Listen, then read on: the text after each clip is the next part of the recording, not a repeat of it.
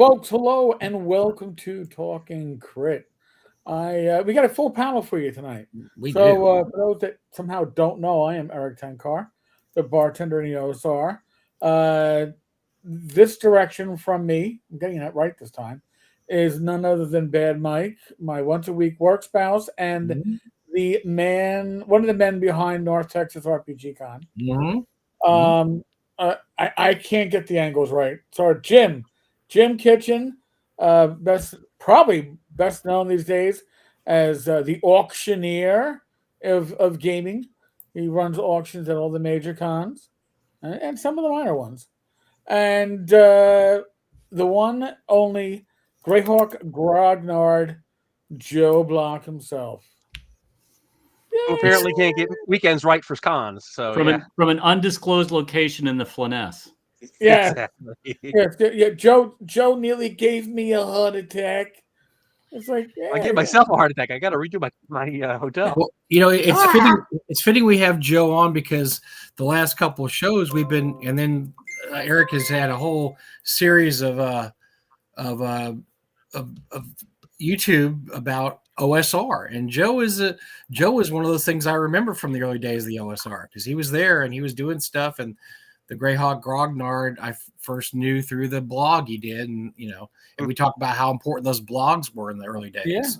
Yeah. Those blogs were that was the pulse of the OSR. You would go there and you'd open up your blog list, and there's Joe, and there's Joe the lawyer, and then there's Grognardia, and there's James Jeff M. Wright. Yeah. Oh yeah. I mean, heck, even Joe the lawyer had a blog back then. Yep, he did. When he wasn't getting banned from Emerald, he was posting on his blog. Yes. So I knew these guys. That's where I first met all these guys, really. I knew them for their blogs before I met Eric also.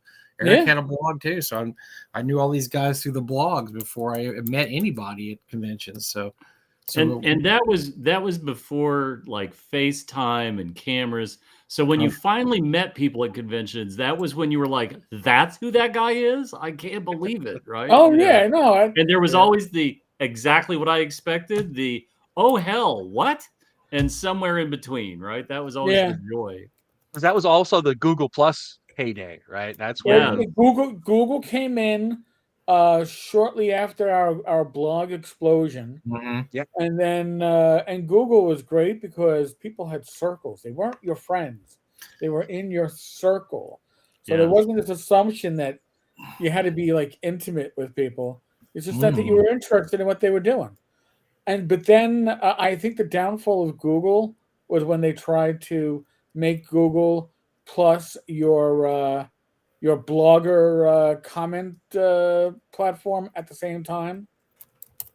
And when he integrated, I did that for a day, and when I said, "Oh, I can revert," I'm leaving this. Done. They wanted it was a shit show. Sorry, it's all right. It is what it is. Didn't they also try to compete with like Yahoo groups? They were trying to compete with Facebook, and I always had problems making Yahoo groups work. It was weird how that whole Yahoo thing. groups were strange. Yeah, it really was. And then when what I thought was just the worst thing ever, they trashed all the communities. They just wiped them all off from the face of the earth. Yeah, and with like very little notice. So okay, no matter how I say this, it's going to just keep coming up the same way no matter how I turn it. So I'm sort of prepared, but there was an amazing Divine Right Yahoo group that when nobody else gave a shit about Divine Right, these were the people holding the torch in the darkness, and rules variants and upgrades on the rules, and the Rasmussen, or not Rasmussen, yeah, it was, or the two brothers were both sort of involved, and that's all gone. Like there was a decade's worth of material in that great group, and it all just evaporated.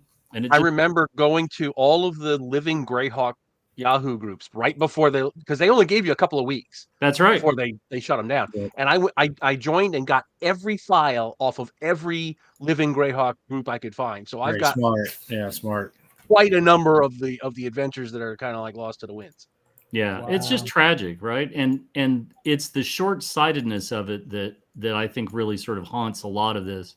You know, we are very fortunate that all these blogs that we've been talking about for the last couple of weeks, you can go to the Internet Archive, and for the most part, you're going to be able to ping and get a lot of it. But for some of these that were in their enclosed ecosphere that you know, like Yeah. I'm going to date myself, but AOL groups, you know, there were some really key groups in role playing in the 90s, you Yes. know, 93 to 98 or whatever, but there's like a 5 to 7 year span of great material, interesting material, collecting, playing, developing worlds and so on, and it's all gone. And There was a you're, ton and of you're there was a really active Greyhawk group on AOL. Yes. And I like was part of all that. of the Eric Mona was big on that. Yeah. Equander, I was big on that. There was a ton of just, Mhm. and it was the 2E era, so it was just really productive, and everybody was coming Mhm. up with stuff, and it's just. I met some lifelong friends through that blog. I have a couple of friends I still know that I actually met through the Greyhawk blog on AOL. It was awesome. The group they had it going on for a while, AOL, because that's where I first just started buying, selling, and trading RPGs, because they had buy sell trade groups, and it was Right. great. And then the like as Joe said, the individual groups are really good. I belong to a really good Marvel Comics group. I was in a Star Trek group that was really good. I mean, it really had it going on for a while. I'll date myself. I started on CompuServe. Oh God, 12.50 an hour dial-up. This conversation's going in the wrong direction, because I was part of a bulletin board that I had to dial CBSs, I into with my remember, yeah. Apple II Plus, and you'd type frantically and updates and then log out and go back the next day, and you know. Well, Joe, Gee. it's great to go down memory lane with you, but we have you here for a reason. Are you gonna? Why don't you give us that ever loving, as Jim says, that ever loving elevator pitch? And Well, here we go. My new book, Adventures Dark and Deep Light.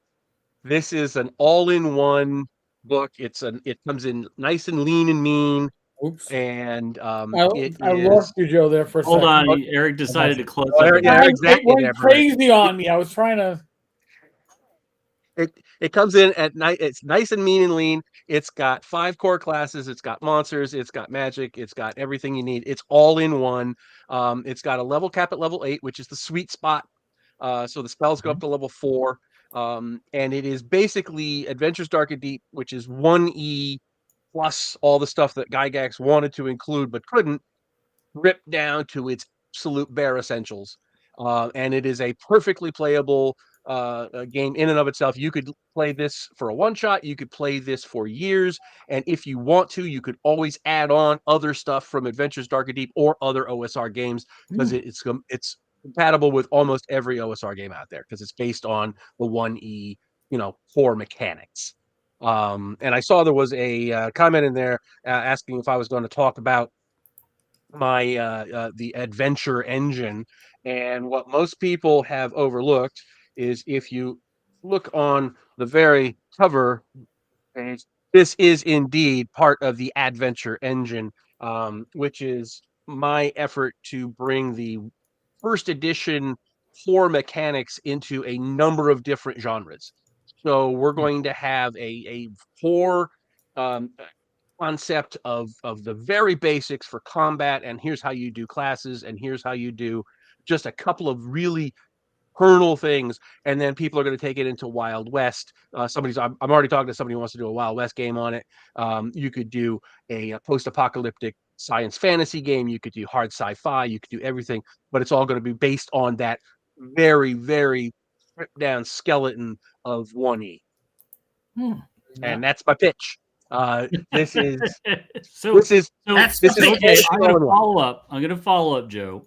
So, what is the attraction for a stripped down rule set versus, and not picking on anybody, but what is it that's so attractive about that versus something like, we'll say, other versions of Dungeons and Dragons up to including 5th and whatever the hell they're calling the thing after 5th, And then there's Pathfinder, where there's just an endless amount of tomes with rules for just about every.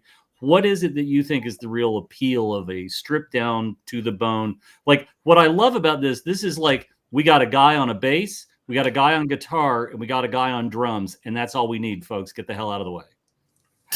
It's approachable, right? Because because the Adventures Dark and Deep core rules, you've seen them for phone books, and that's because they're very comprehensive. They've got a bunch of subclasses, and everybody has spells, and there's a zillion spells in there, and there's a zillion monsters, but it can be a little intimidating for somebody who's new. You get this, and you play it for a year, and then you're ready to step up if you want to. You don't have to, but it's there if you want to go to the next level and add in subclasses and higher level spells and a ton of more monsters. Or if you just want, let's say you want to play this with a mountebank. You buy this, you get the Adventures Dark and Deep Book of Lost Lore, and you add in the mountebank class. Everything's completely compatible. Or you want to add some monsters, you can get some out of the Tyrannic Tome, and throw them in there. They'll work fine. Or go get something out of the Fiend Folio. It'll work. But this is really approachable. It's intended to bring people in. It's intended because a lot of the OSR stuff is focused around basic, right? White Box, Labyrinth Lord. Basic is really a lot of what we see for the OSR in terms of the underlying structure. This is first edition based, which is a little different. Not all that different. They're still cross compatible.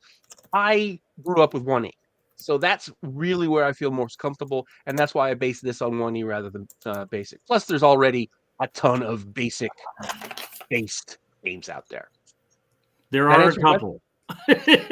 There are a couple. A wee bit. So, does that answer your question? Very good. Well, first of all, James Spawn, I got the dice. Thank you. Golden Girls dice, because James and I have extremely unhealthy obsession with the Golden Girls, and I won't even go into it. And so he set these two. Whenever we see Golden Girls memorabilia, we like to ship the other person something. So it's unexplainable. It's not healthy, but thank you, James. They keep the traditions alive, whatever they happen to be. Well, Joe, that's pretty from James. So, I mean, this is a really cool idea, because obviously, as we're looking at the OSR and stuff going on now, everybody wants to simplify. Even as simple as the rules are now, they still want to simplify. And so I think that's a great idea, because it's weird how everything changed. Because first of all, the first games were really simple. Then we had this whole generation where it had to get really complicated, and then you had 2E with all the splat books, and you had 3E, and then it went to Pathfinder, which, as they call it, Mathfinder, which was just insane. Everything had every single thing you did had an ability for it. And it's now the pendulum is swinging back the other way. People are like, how can I simplify this stuff? I want to sit down at the table. I want to be able to roll up a character. I want to be able to walk in a dungeon in 15 minutes. What can I do to do that? Or less, Right. And so I think that really fits that paradigm, Joe. That's well, I wanted to hit stuff, because not everybody likes retail like I do. I like a more robust game. Like first edition, where they have subsystems for everything. One of the things I loved about first edition, though, was you had all these subsystems, but they were all discrete, right? Because you could take out the pummeling and grappling rules and replace them with something else, and it wouldn't break anything over here. And that's what I loved about it. It really invites DM tinkering. And most of the 80s really fed into that with Dragon Magazine and White Dwarf and all, they played into that, and some, new classes and everything. As you get into later editions, you can still do that, but as they progress, they fight you harder and harder. Like with these unified mechanics, it's harder to change something over here because it might have an implication over here. Sure. Something might get broken along the way. Right. Something might get broken along the way, and exactly, and which I is think much harder to do in 1E. So I think I'm going to go into the weeds a little early, so I apologize. But one of the things that I think, Joe, that and Mike and Eric can chime in and so on and so forth, right? What we see is the pendulum goes back and forth, right? And what I would say is that a stripped down rule set is one side of the sway of the pendulum, and something like Pathfinder is the other, right? That we go from rules light to I want every theoretical scenario, I want a rule for it that I can look up and argue with my game master. Uh-huh. And the pendulum swings back and forth generationally. Like it doesn't move quickly. It moves glacially if you're inside and you want the change. If you're outside, you can't believe how fast it's going, right? That it leaves you whiplash. And I have a story I have a story from the weekend that is absolutely spot on relevant to this. But I don't want to get into that just yet. But I think it's the lack when you see the request, the demand, when there's a push for I want rules for everything. I think that demonstrates what I would call the ebb of imagination. That people really are not wanting to think about creating a world. They're not looking at world building. They simply want to wrap themselves in this cozy blanket of something that's already been prepared so they don't have to think a whole lot. Mm-hmm. And I think the pendulum swings the other way where, this is where we're all going to be teddy bears and we're going to be fighting to save the kindergarten. Right? Okay. And strangely enough, suddenly there's a Kickstarter and it's done $30,000 and you're like, where the hell did the teddy bear come from? And it's that kind of whipsaw effect. And it's really interesting. We've spent a couple of weeks now talking about OSR, and in just 20 years, look at how far the OSR has gone and look at how it's pitched right back. And I love that you are encapsulating exactly that, right? You were like, well, we have rules heavy, but we've also got rules light. And it's like first hit's free. Well, not free, but come on, shot. It's interesting because I wouldn't even consider Adventures Dark and Deep rules heavy. It's Sure. just that there are a lot of variations. Like there's a zillion spells. Yep. And that's really why the books get really big, is because there's so many spell descriptions and so many magic items. But the mechanics themselves, right, are really kind of short. It's just you can take those mechanics and just do all kinds of crazy stuff with them, and describing that crazy stuff is what gives you all the page count. Right. It's like having monsters. There's almost 1,000 monsters in the bestiary, but mechanically they all, they have a stat block and they all use the same, it's just more variations on the theme for the DM to use, or right. GM, I should say. Well, and this is why games, and I'm going to do my best tonight not to name other games. That was one of my vows. Like I've already ruined it with Pathfinder and D&D, but I'm trying not to say some of the usual suspects. But that's why I think single rule book games, where there's just a single rule book, it covers exactly what you're talking about. But then where additional modules, books, expansions, campaigns, they add what I would call the flavor spells or the flavor monsters, or, okay, in this ecosphere, we suddenly have the cyborg Yeti, and we explain why we have cyborg Yetis in the adventure. But in this, here's the stat block for cyborg Yetis, and you can go with it and do what you want. But we're not going to put it in our main rule book because the circumstances are so infinitesimally small that you'll run into this monster. We're only putting it in the adventure. Which is kind of what you saw with books like Fiend Folio and Monster Manual 2. Right? Yeah. They took all the specialty monsters out of the modules. Yes. Monsters that were invented for a particular thing. Yep. And then all of a sudden they became standard monsters that you can find anywhere. Yes. Veggie I'm thinking like demi-liches. Demi-liches, Sararak was a particular singular thing in Tomb of Horrors. But once he made it into one of the standard monster books, then they proliferated. Yes. And in a way, it kind of cheapened it.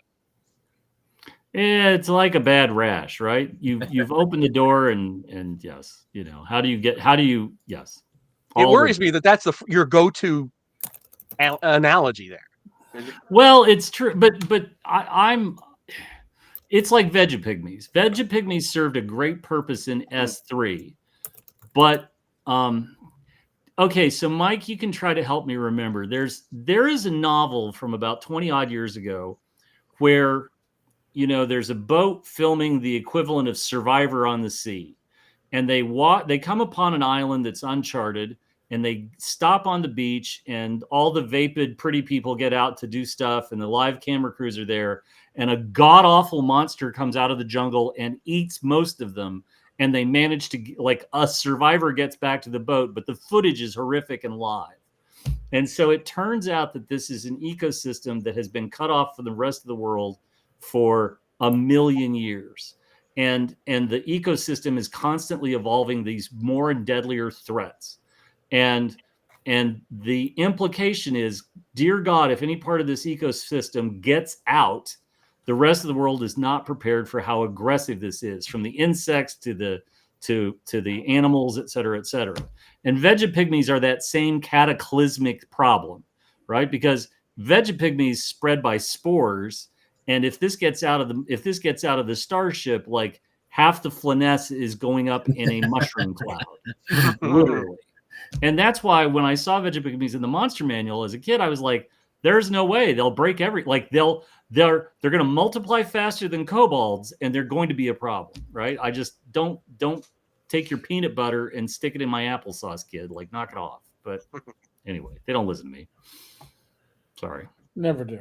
They never. Strongly worded letter to Dragon Magazine to come. That's right. Curse you and your expansive use of vegapygmies. Damn it. I'm sure it was Cask. My example from S3 though is the wolf in sheep's clothing.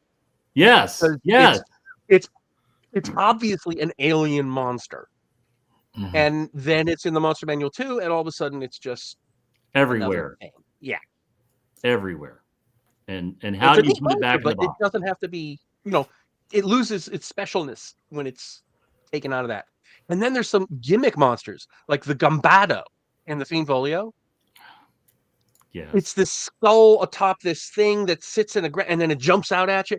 It's completely a gimmick. And it obviously worked fine in one dungeon that some guy in Britain made when he was 14. Right. But then once it's in the Fiend Folio, DMs have to kind of go out of their way to figure out scenarios in which it would actually be useful.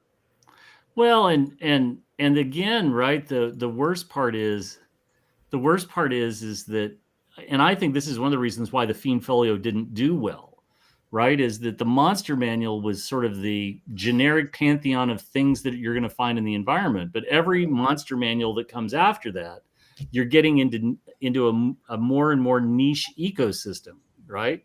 And there are so many great things in the monster manual. One of the things I came across this past week was a discussion about the Sahagin.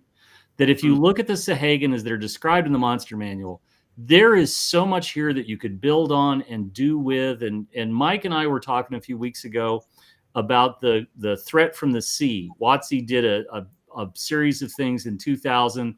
There was a trilogy and a collection of short stories and a tie-in module, and it gave a really great teeth, pardon the pun, tooth and claw to the Sahagin as a threat, as a problem, and how they could impact, and so on and so forth. And you didn't need, a lot. Monster Manual 2, okay. Fiend Folio, right? The longer they go, the stranger they get. It didn't help that Ed Greenwood gave it pretty much a scathing review when they published it in Dragon. Yeah. I'm not sure. I never did understand why that managed to get in, but well, they did too. They did one where he didn't like it, and they did another one where somebody else would like it. So they I think they were trying to be. Your magazine that sells products shouldn't be your point counterpoint argument, right? You shouldn't have Dan Aykroyd saying, "Ed, you ignorant slut." Sorry, Mike is stunned. Mike is just. No, I'm just taking this all in. I'm just taking it all in. Yeah. Go. No, I'm just saying I'm getting IMs from people, so I'm going to try to collate it all and throw it out at Joe in a little bit once I get all. No, I see some of the comments. Yeah, I think the pendulum swings, right, and I think you're spot on to have a really, really rules light product, because dip your toe in, and if you like the pool, then you can dive right in. And that's the idea. It wasn't even a question of writing new material. It was a question of, and I agonized about this with Eric in IMs on Facebook. It's like I keep taking stuff out, and it's still 300 pages. Right. It's a question of how much can I take out and still leave it as a playable game. Right. Which also means that you can instantly go from that to the core rules because you're playing the same game, just a subset of it. And so what do you feel, you're doing the heavy editing, right? You've got the red pen and you're I got to cut this out. I got to cut this out. But what do you feel really speaks to the identity of the rule set? Is there a particular mechanic? I guess I'm sort of asking you, Joe, is there something where you're like, no, that's part of what this is. This is at the heart of its DNA. Yes. In fact, well, there are two things, one of which didn't make the cut. Because Adventures Dark and Deep has a skill system based on the one that Gary wrote for Castles and Crusades. You spend XP to get skills, which I thought was a brilliant innovation. And if he had brought it in the 80s, it would have taken the game in a completely new direction. It's really, really works well. But in terms of page count, I just couldn't justify it. Right. So that was one that I regretted not being able to keep. The one that I did keep, that I do think really differentiates Adventures Dark and Deep from just 1E, is the Bard class. Because the Bard class uses it's not like the Bard out of 1E at all. It's not like, it's part thief and it's part magic user and it's part part druid and part fighter. It's its own thing. It does cast spells, but it's also got a non-magic mechanic called verbal paddle, where you can use your charisma to influence other creatures, other people who either like you or don't like you or do things, or you can convince them not to like this person. There's a whole mechanic around it, and that to me really differentiates this from 1E, because it's something you don't see in old school D&D. And it's something that in the core rules I've used in a bunch of different places. The Jester has a variation of it, the Skald has a variation of it, but the Bard is where it starts. And I think by having that kind of the whole point of a Bard is you are performing, you are influencing, you are either misdirecting or you're convincing. I think having that in there really makes the Bard a different and unique enough character class to justify including it. Joe, why do so many people have a hard time with the Bard? I mean, it doesn't seem like it should. When we play, we still do 2E, and we use the second edition version with some tweaks, but it doesn't really feel right even then. Why do people have such a hard time making that a character class? I don't know. I mean, there was a character class in Dragon 56, with pink border and Phil and Dixie with the snowman. Yeah. Yeah. It was a great self-contained Bard class. I think what a lot of people have an issue with is most Bard classes don't feel different enough, right? They're just another kind of magic user. Because they're bards and they sing, but they just cast spells. And I think that's part of the problem, is because you could just take most Bard classes out there and just roll their spells into magic users and maybe make a subclass, and that would be sufficient. Well, they should That's have why I wanted to do something really like different. Music type spells, or I have a rule in my campaign where every level the Bard has to compose a work, whether it be musical or written, and then we have like a thing, you roll a dice, see how famous that work becomes, and sometimes it doesn't, and then sometimes you're in a different town, you walk in and somebody's performing, you're like, I made the big time, this guy's doing my song, this is awesome. So we threw that in there because it makes it feel more like you're a performer rather than, like you said, just like you're a guy that throws spells and you can pick a lock and and exactly. blah blah blah. And I think that's part of the problem, and that's really what I was trying to address in my Bard class, is that they're not thieves. There's no thief abilities in there. You're your own thing, and I wanted to make that really stand out.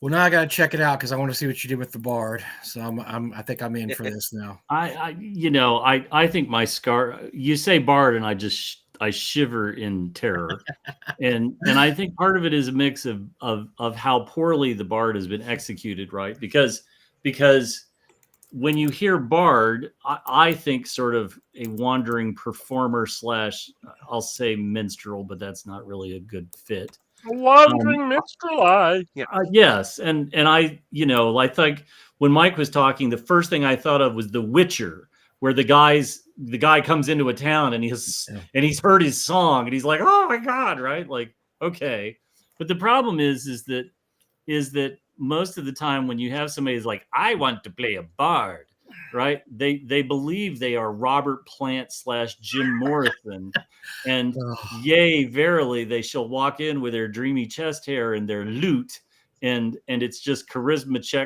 check, and all goes well. And I don't think of that as role playing so much as it's impossible wish fulfillment, and I just got nothing right. And I think a big part of that is. Go ahead, Joe. I think a big part of that is the bard that we saw in the D&D movie that came out recently. Yes, where that's pretty much what he does. He's just kind of like an illusionist. Yeah, and there's also the bard. What's the Critical Role cartoon? What was it called? I know what you're talking about. Yeah, the Critical Role cartoon. There's the bard. Yeah, I know exactly. There's that bard character in there, right? And much as I enjoyed the show, Acquisitions Incorporated, wasn't it? No, that's a different thing. But much as I enjoyed the show, he was annoying, and it was, and I think that's coloring people's impressions of what bards are. Is that they're always these egotistical. I mean, I love you, Joe, but you're never going to get me into the pro bard camp. I'm going to tell you right now, if I have to put up with bards, then I also should have to put up with circus magicians, right? That like randomly pull coins out of people's ears or manage to pull a rabbit out of the hat. The jester, my jester class does that because they have sleight of hand. Yes, sleight of hand, not magic. Remember, I'm going to make a fireball, but more like catch me if you can, or catch me if you can with the Four Horsemen, right? Where it's just one series of intricate traps, mechanical stuff, and so on and so forth. And that's part of what my bard is. Those verbal patter skills are not magical, and that's really what I wanted to emphasize: is that it's not just a magical class. The bard can do stuff that relies on his own innate skills and persuasiveness and charisma. I wanted to make charisma not be a dumb stat, and when you have a bard, that's the case. And in the core rules, one thing along those same lines, which doesn't apply here because it's not in the light rules, but higher your charisma, the more you can sell treasure for. So like if you get a crystal vase or something and you bring it back to the city, if you're trying to sell it and the percentage of the total value you get for it goes up with a higher charisma. That's actually pretty good. Well, but and I'm going to say this, right, and okay, two people in two different areas can have a great idea at the same time, right? But this is the root of the talking skill, the speech skill in Fallout, right? That the higher points you have in this, the more success you can have in conversations and persuasion and so on. And seeing that as a mechanic in a role-playing game makes perfect sense. But this is why, we always talk about what's a role-playing game that isn't a role-playing game, but you think is a great role-playing game. And my vote for that is it's harder to find now than it was. But as we know, the publishing industry has moved away from those god-awful, gigantic video game hint guides, the guide to whatever. Yeah. And so most used video game stores will have a rack with a bunch of these, or Half Price Books always has a few shelves of this stuff and so on. And the thing that I always say is an amazing RPG that wasn't sold as an RPG, but literally you could pick this up and run it as an RPG, is the Fallout 3 guide. It's about as thick as an old phone book. If you get the Game of the Year edition, it's got all the expansions and so on, but everything's stat blocked. Everything is stat blocked, and it's astounding the level of detail. It's one of the last sort of hurrahs of video game guides, but it is a spectacular RPG disguised as a video game guide. And if you wanted to run a Fallout 3 RPG, you could make up whatever light rule system you wanted or plug something into it, but you could have a field day using that book. And there's a lot like the Skyrim. There's a Skyrim guide that's equally from the same folks from Prima Publishing, and I like that. I like these kind of off the chart. But the Bard class, you lost me. I love you, Joe, but no. Greg Christopher, of course, Greg Christopher has a great Shadowrim bash. It's a Shadow Sun. No. Shadow Sun, right? Is that Sky? What is this guy? Shadowrim. That's it, right? That's his Shadow Dark / Skyrim. And that's what those are the two games. If I'm looking at games, Fallout and Fallout and Skyrim are the two games I always thought that those would have been really, really great role-playing games. Just as long without the video game at all, if you'd have made a role-playing game based in both those worlds. And there is a Fallout RPG, and I've known people that play it. They have a lot of fun with it. They have a ton of fun with it. But it surprises me it wasn't developed earlier and didn't become more popular. No, I don't understand that either. That's somebody in licensing at Bethesda just being too lazy to make free money. And I don't.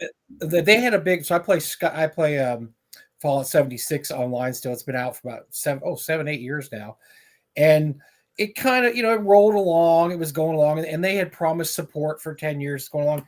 But when the Netflix show came out 2 years ago, it just shot up in popularity. All of a sudden, all the servers are full. Packed full of people that want to do what's going on in the show. And yeah, you're right, Jim. That was just a failure of marketing to not get something like that out earlier and say, look, this is a really cool world. It's been around for 25 years now. There's there's a lot of people that play Fallout that are totally into the lore. I mean, they could tell you what every vault was, every creature, every character. And so that was always seemed like a real big failure of just vision, which we of course we've seen many a time in our exploration of the hobby. And I think Skyrim's been out for over 10 years now, and it's never really developed an official. I mean, there's a role playing game for Skyrim too, but I don't really know anybody that plays it. It's out there. It's there. I can't either. And come on, right? I think again, this is the entrepreneurial creative spirit. If you can't go into a half price books, get a copy of the Fallout 3 Game of the Year guide and run a role-playing game out of it. I mean, literally, I could come up with what to roll the dice on because everything else is statted, right? And you've got the giant map, so you can throw that behind a screen and you can go. When they're in an area, there's keyed encounters, blah, blah, blah, blah, blah. Like this would be a no-brainer. And by the way, you can get a Fallout 3 Game of the Year guide, $20 on eBay. It's absolutely affordable. Absolutely affordable. Right. So, and that's but getting back, so Joe, what's your mark of success for this book? Like what are you going to be like, and we're there? Like what's your internal goal for that? I don't really have like a number of books I want to sell. I mean, I would love it if it eventually hits gold on drive-through. Yep. But, that's, it's already copper, so it's on its way. But I wanted to give something that relative newcomers could get and not be overwhelmed by 1,000 pages of rules. That's really the goal, is to just get new people into play the game. Because I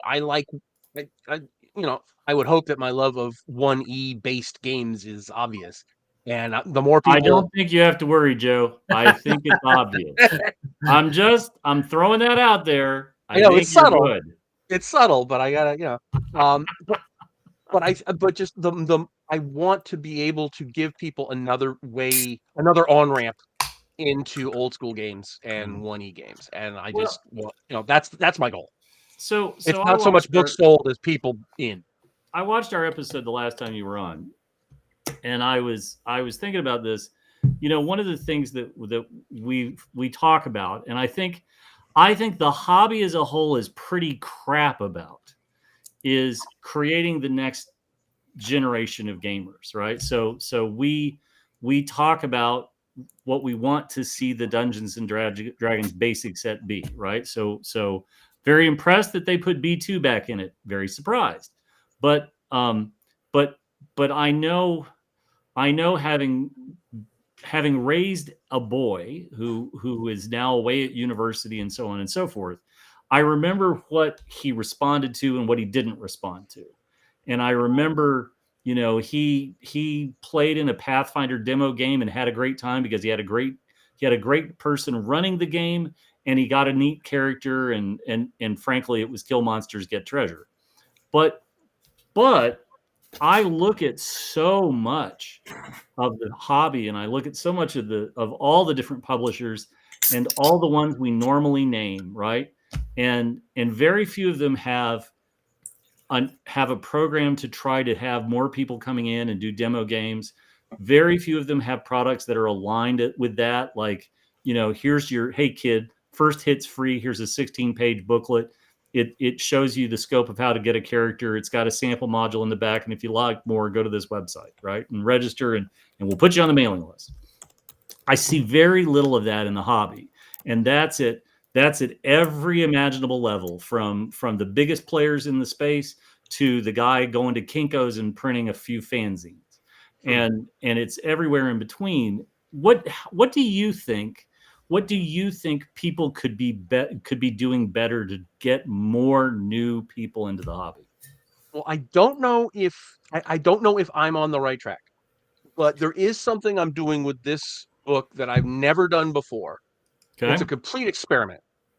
And Eric, you might know what I'm talking about. Oh, I know. Mhm. I don't want to steal your thunder, but, and by the way, I do have it queued up if I need to. I think, but you currently Well, have I it. mean, I'm But good with it if you you want have to, the but original, so well, I'm running ads on television. I actually put to I wrote a script. I got a producer to do it. We got, it's not Hollywood, but it's sufficient. And it's advertising to bring people into Adventures Dark and Deep. And it's right now running on Paramount Plus. And And it's going to run on YouTube. It's going to run on Facebook. I'm trying to make a push to bring people into old school gaming through Adventures Dark and Deep. And so I don't know if it's going to work, but So I'm I'm willing to very put more money interested. into it to see. When have they started pushing those out yet? Yeah, they started on Monday And on so, Paramount Plus. in looking at your website traffic and so on, do you see, like, are you seeing an impact? Are you seeing, like, hey, suddenly I got a spike of, like, hey, there's I three can guys in track how many Schenectady. people are coming in through that, and it's definitely it's making an impact. I've only gone in on a little bit relatively budget wise, Sure. but if it continues to bring in sales, then the budget's going to go up, and the more budget, the more people see the ad. Well, I mean, I would counsel, Joe, that you have to be very careful about this, right? Because, and I'm going to say this, advertising is like crack, right? Because you get some results, but you have to keep getting money to get more results. And it's just this terrible, never-ending cycle of. Believe me, I am very conservative when it comes to the money Right. coming in and out of BRW.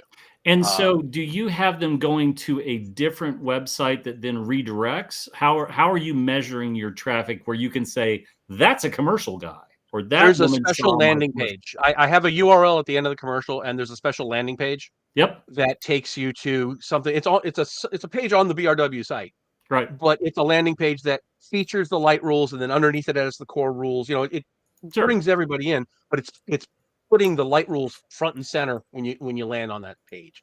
And I can, because it's on its own page and because it's a redirect, I know how many people are coming in through that. Easy to track. That's fabulous. I'm gonna say this. This is like the most exciting thing I've heard in months from people on the show talking about, hey, I've got a project and this is what I'm doing. Like, I love this because this is actually, you know what? There's normies out there, and I have to find them, and I have to hit them in the head with dangers. Yes, I think that It's only been 4 days, or 3 days. It's only been on for 3 days. So once I have some actual stats, sure, I will probably make those more public. But I'm seeing results. And then the next question I have then, Joe, is the most important question of all, are they ordering after they've come to the page? That's a tougher one to judge Sure. because I don't have a way of measuring click through Yep. from that specifically.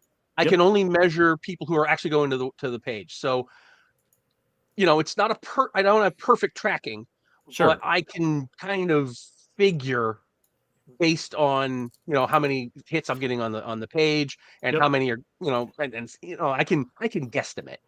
Right. But I don't have perfect tracking on the click through to drive through. But you're still seeing something, Yes. which, I can tell you, I've watched Games Workshop US poured money into doing a couple of live commercials and then manned up the customer service 800 or the mail order 800 number, and we got nothing. We got absolutely nothing because the guy in charge of US sales at the time went with what his gut was, and he was hopelessly off base. He Eric, went you want to play it? with lots of eyeballs. You only have the 30 seconds. I've got up, right? 3 30-second spots and a 1 60-second spot. The 30-second spots are the ones that are going up. All right. Eric, play one. Play the first one. Yep. Okay. Just to give out an idea. Hold on. Let me bring up. The wrong Uh-oh. It's Eric Eric and versus is- technology. Hopefully we won't all get shut off or No, anything. I- Here we go. No. Nothing like that. He claims. Okay. He's got it. There, he's got it. I've A got it. ghoul leaps out and attacks you. What do? I use my staff of thunder and lightning and blast it.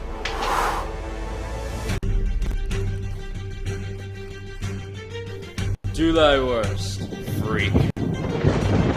Explore the role-playing game where fantasy comes to life with magic, monsters, and endless options. Adventures Dark and Deep. Available now at adventuresdarkanddeep.com. I love the voice, Joe. I actually know the guy. The guy used to work at a music store, and he taught my son how to play drums, and now he's a professional voiceover guy. That's that commercial's awesome. great. It is. It's great. You like it? That's You just like the it? best, right? And there's just enough. There's just enough of a hint of mazes and monsters to make me a little nervous, but you managed to stick the landing, right? So I'm like, okay, that's excellent. Thank you. I wrote it, and then the director, he changed things all around, but I Sure. think he made it much better than my original. But I'm really pleased with the way it came out. Oh, it's And like I said, there's fun. 2 others And that are also running. I love the bloodied lip Yeah. on Yeah. the wizard. So I mean, that little touch alone is worth the price of That's right, admission. Sparkle Mage Boy. I don't know how to tell you this, but stay in the back of the party.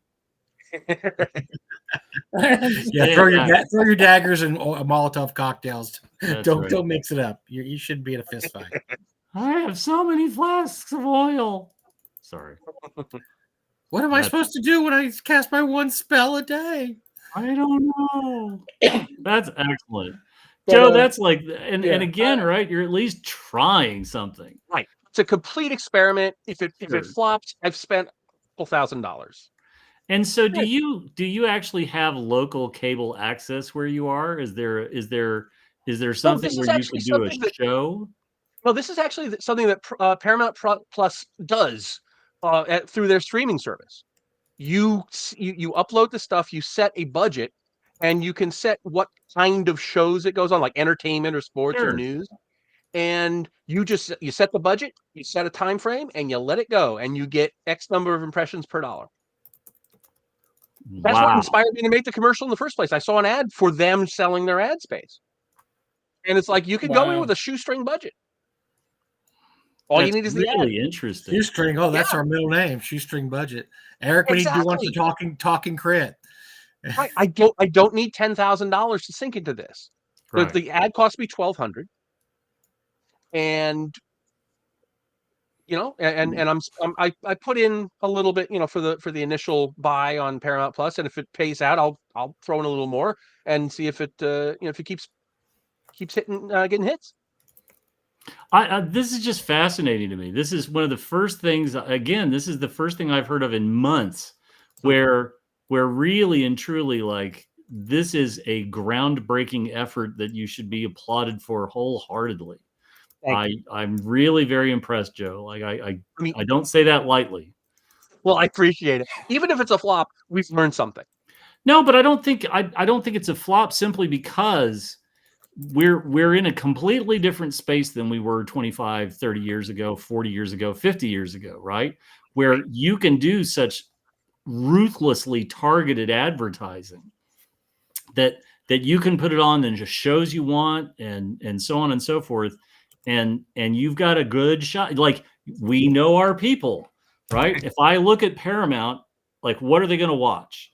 Well, you know, you have a commercial for the people who are all, you know, you have a commercial for the muggles and you have a commercial for the people who aren't. And the muggles are all watching Landman, right? They're watching Landman. Like, everybody's watching Landman. And that's where you put the muggle commercial. And then, you know, Paramount Plus, Strange New Worlds, drop the commercial for the people who are part of the hobby in Strange New Worlds. They don't let you target it that closely. It's just broad categories. Sure. But I'm also going to be doing it through Google Ads on YouTube, you know, so that lets you micro target a lot more. Yep. But, you know, like I say, it's a complete experiment. I But just it's wanted. fun. Why Right? not? It's I think fun. it's great. I liked it. I thought that was better than the dumb D&D commercials used to run in the 80s. Those were terrible. That's better than that. Oh my God. This is good stuff, man. And again, you're trying something, right? It may not go exactly the way you want, but you don't give a shit. You're at least trying something where everybody else is just whining on the sidelines. And what have I lost? That's right. A couple grand. That's right. And if you sell $3,000 worth of product, you'll cover your costs and then some, and you'll pull ahead. Exactly. Yes. So, you know, I wanted to try it. As soon as I saw that Paramount Plus thing, I was like, how do I take advantage of this? That's Because right. you can literally throw $500 at it and get ads up on TV. Okay. Sure. How can you not? And so were you pretty pleased at your production costs for the commercial? Was that something where you were like, but it turned out okay? Yeah, I mean, the director who did it is a friend of my son's. They both went to the same college together doing a film. My son majored in lighting design. Yep. This guy Andrew majored in filmmaking, and you know, it was, like I say, a shoestring budget. Sure. But it doesn't need to be anything else. You know, you don't need the big elaborate visuals. And if anything, the cut, the edit, where he spends with his staff and it goes straight to the book, it's as clear as a bell, right? Yeah. I just love that. I love simplicity. He really knocked it out of the park. And we did a live stream on Sunday, and he was my first guest on it. And he stayed for 45 minutes. People were, pitching him questions, and he was great. And I think another hats off to you. You did not lean towards bikini chainmail, and for that alone, I mean, you resisted the black hole of temptation of I could lean into cheesecake, and you did not. And good for you. The second one has, a female is the character that switches into her character, and yeah, she's wearing just regular. She's dressed. That's what you're trying to say. Yes. She's dressed. Yes. That's fabulous. No, I'm thinking a commercial for North Texas. Okay. I'll see if Rob's good. He's got his Speedo ready, and my brother and you in the devil costume, and we're the devil costume. Have the devil. It's all coming together. I think. And Jim. I won't say any more except that Jim and Mark can reprise their parts from a few years ago, and I think you banned us. You banned us, and I'm not taking it back. I'm sorry, I'm not doing this. Mr. Krabs can pop in. But it would be great because then it could be like, did you? There would be the biggest question mark in the world over every human's head that saw that. If we had all those people I just mentioned and Mr. Krabs, and we said go and had a commercial, we'd be like, what the hell goes on at that convention? And I've got to buy a ticket to go there now. I got I've actually had another publisher approach me and ask if he could get in touch with the director, so he might try one. That's very nice. cool. So I am happy to help any other publishers who want to go this route. I am happy. I'm always happy. I'm afraid that before this is over, we're going to see Talanian in a fur bikini with a sword. Oh, And it's gonna be no, like- no. James No. Raggy doing a whole commercial on the bearskin rug.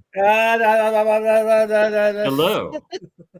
I'm the Ah. RPG you wish you No, could no, be. he'll just Laying in the he'll have his snow. hands Ever placed hear of strategically Lamentations above of the Flame in the snow, Princess? yes.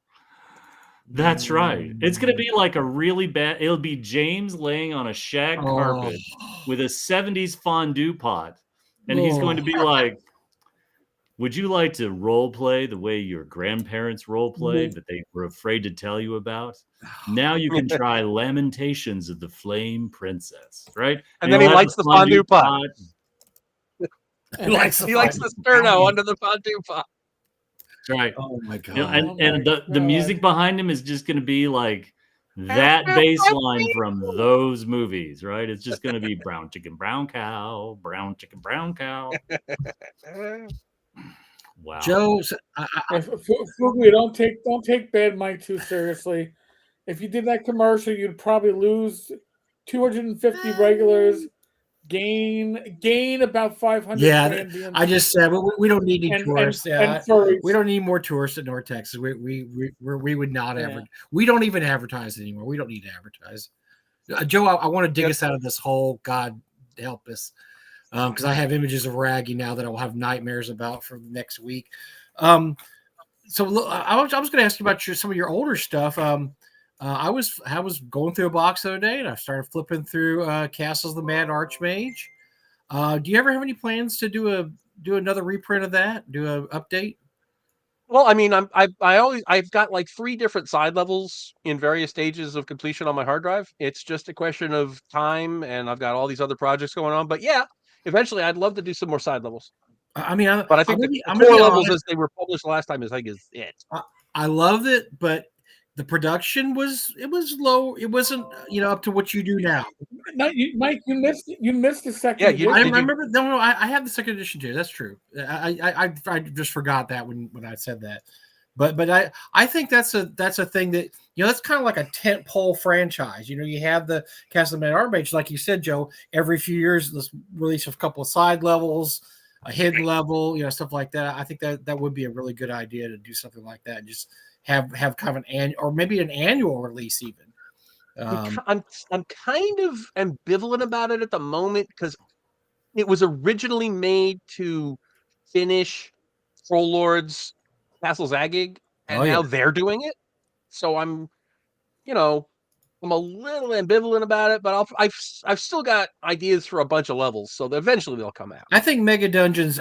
You know what? There's never going to be too many Mega Dungeons. I think you can go with Mega Dungeons forever, even after Troll Lord's Castle's a gig, and there's a lot of questions about that. What's going to happen with that? And I'm not gonna say anything, but it's just I don't know. We don't know about that yet. But Castle of Mad Archmage is here. It's done. It's there. It's a great Mega Dungeon. Like I said, I just think that more Mega Dungeons the better. I can't agree more. Well, and I think we're in the Mega Dungeon drought right now. I can't think of a Mega Dungeon that has caught my attention in the last 5 or 6 years. And I don't mean that as a slight against anybody's Mega Dungeon. So if you have a Mega Dungeon and it has escaped my attention, I can assure you it's not your fault. It's all mine. But I can't think of anything that really has caught fire where everybody's like, oh my God, oh my God, oh my God. There have been Mega Dungeons in the past that did not do well. There have been Mega Dungeons that did do well. But I don't think we have seen. I mean, Mike, Eric, what's a Mega Dungeon in the last 5 years that that comes to mind that was a big hit and a critical hit? I like Greg Gillespie stuff, but I know he calls them Mega Dungeons, but they're not technically Mega Dungeons. The way we look at They're not. and so I look at Greg's stuff. I think it's great, and Greg, love you if you're watching this, but technically those are not what I would consider "quote unquote" a Mega Dungeon. But you're right, because Right. for a while we had them. We had Memorial Tomb. We were just like, they were all just popping out They were here and there. cranking left them and out. right. Yeah, And Memorial Tomb came out in the last 5 years, but it funded like 10 years ago. yeah. So- Yeah, it took a while to get out of the game. Eric, don't say the quiet part out loud. But yeah, that's.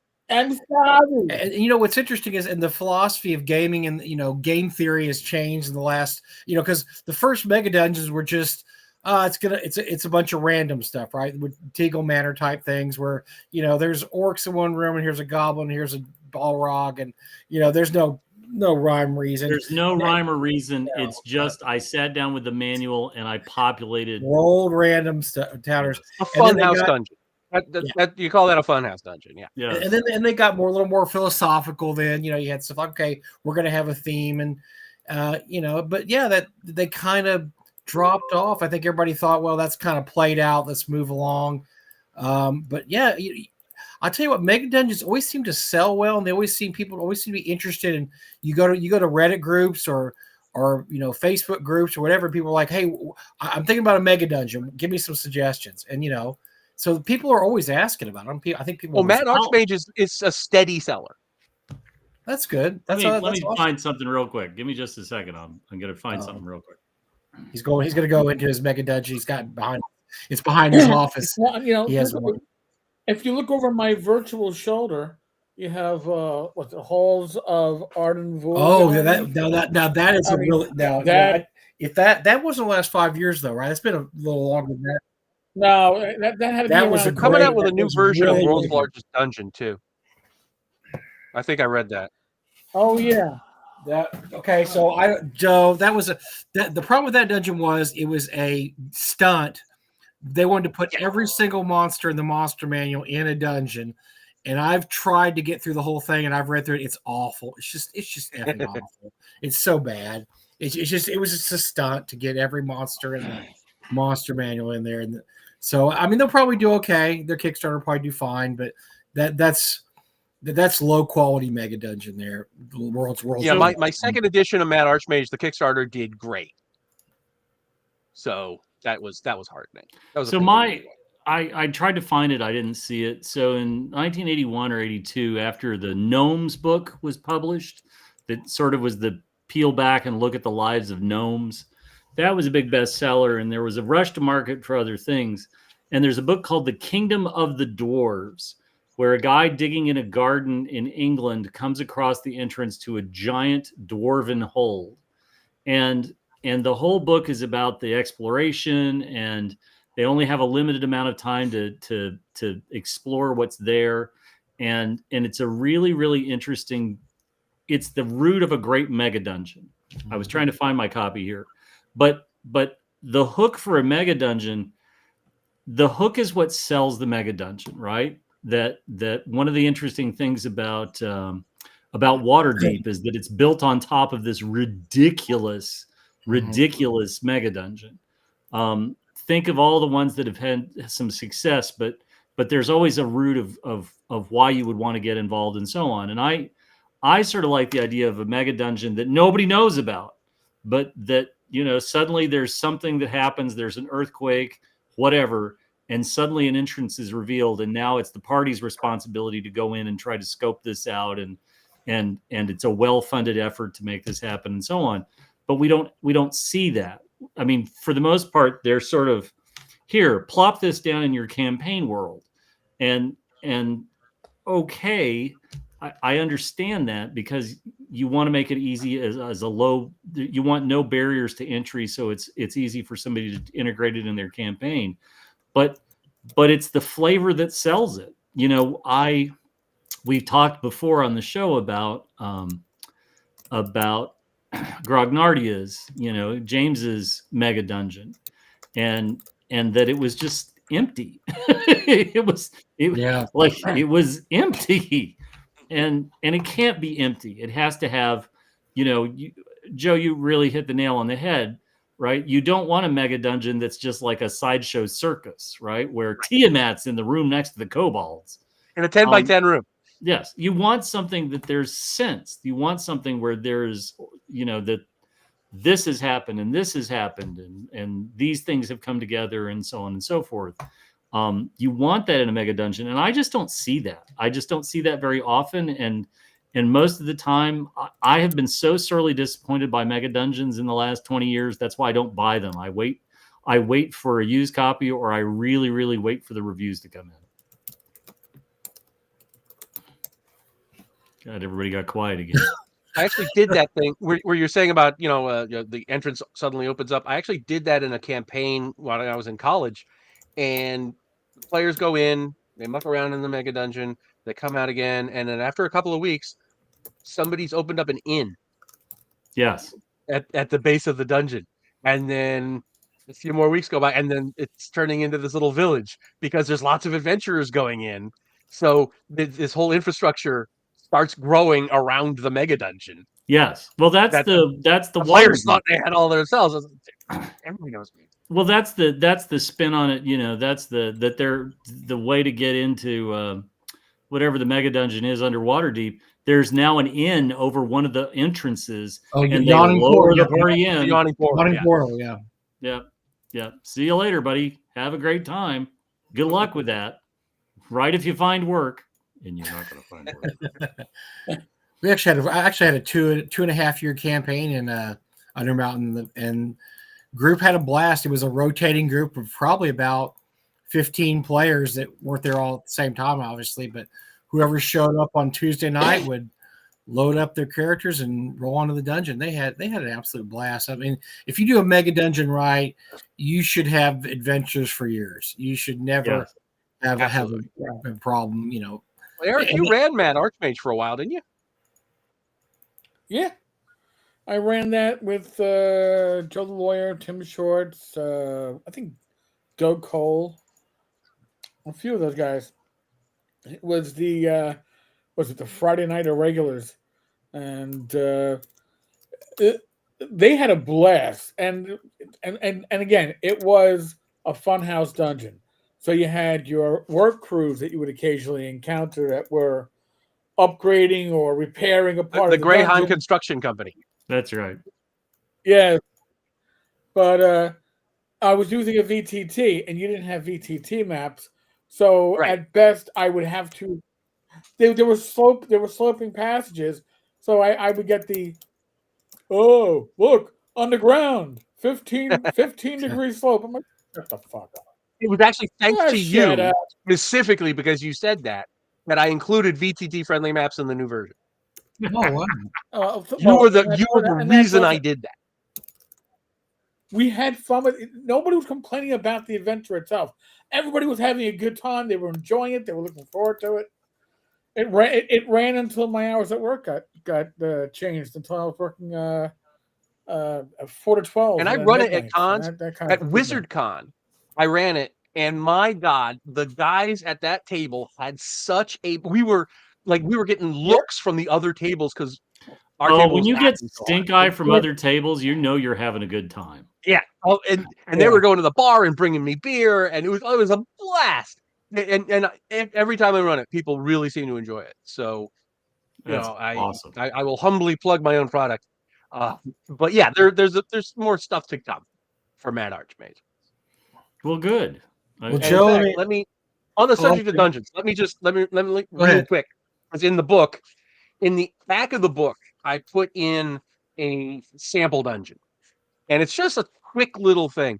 But the reason I did it was to include tips on how to make dungeons, like explaining how the secret door, why is the pit trap here as opposed to here, and you have to have a way around things, and just the basics of dungeon design, because a lot of people today aren't really used to dungeon crawls, especially they're not used to designing them.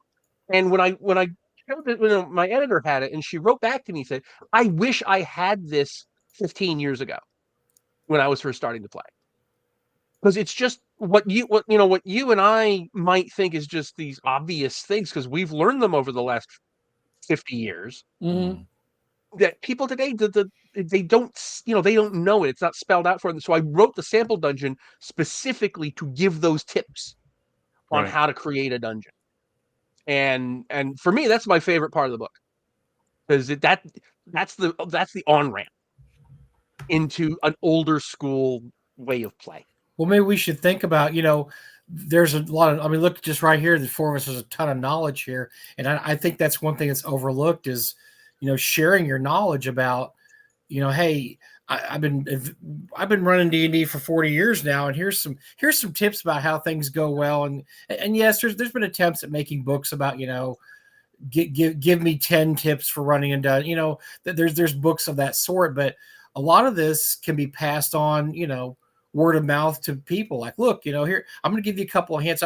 Every once in a while I get a person who knows that I've run B1 like 100 and something times now, which it's up above. Still one of my favorite dungeons. Yeah, Zalagar and Rogan is they'll say, still one of my favorites. What can I do to make this interesting as that? And I'm like, okay, here's what I've done.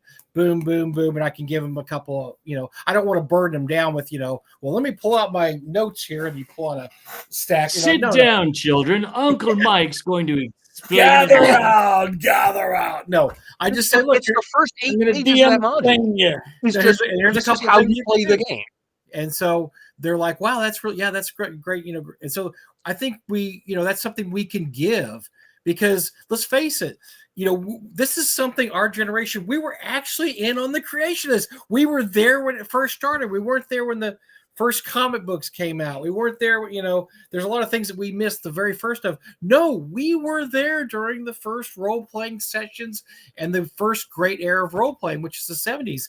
And so we can justify being long-winded and talking about something that we know a lot about, which is, look, this is a good way. This is how you run a dungeon. This is how, if you have a group, what happens with that? You have that one player that's being disruptive. What do you do? I mean, all these things I've been asked over the years, and you kind of want off the knowledge, like, okay, well, here's what you do if this happens or that happens.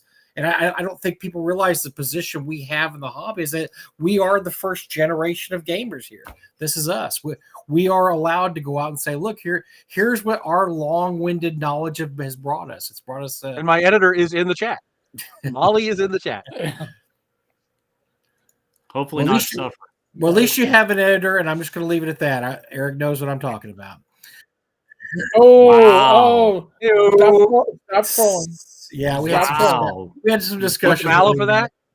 We had some discussions earlier tonight that we'll not go into about editing, and people that don't use editing. But no, that's good that you have an editor. That's just having an editor puts you above some people we know in the. I'm going to take a minute to praise Molly, because not only is she my editor for grammar and spelling and stuff, but she also knows D&D.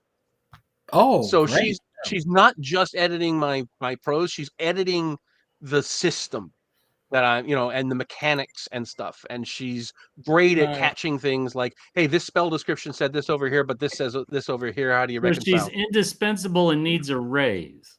Yes. And she is absolutely indispensable. And I have indeed shared her with other publishers.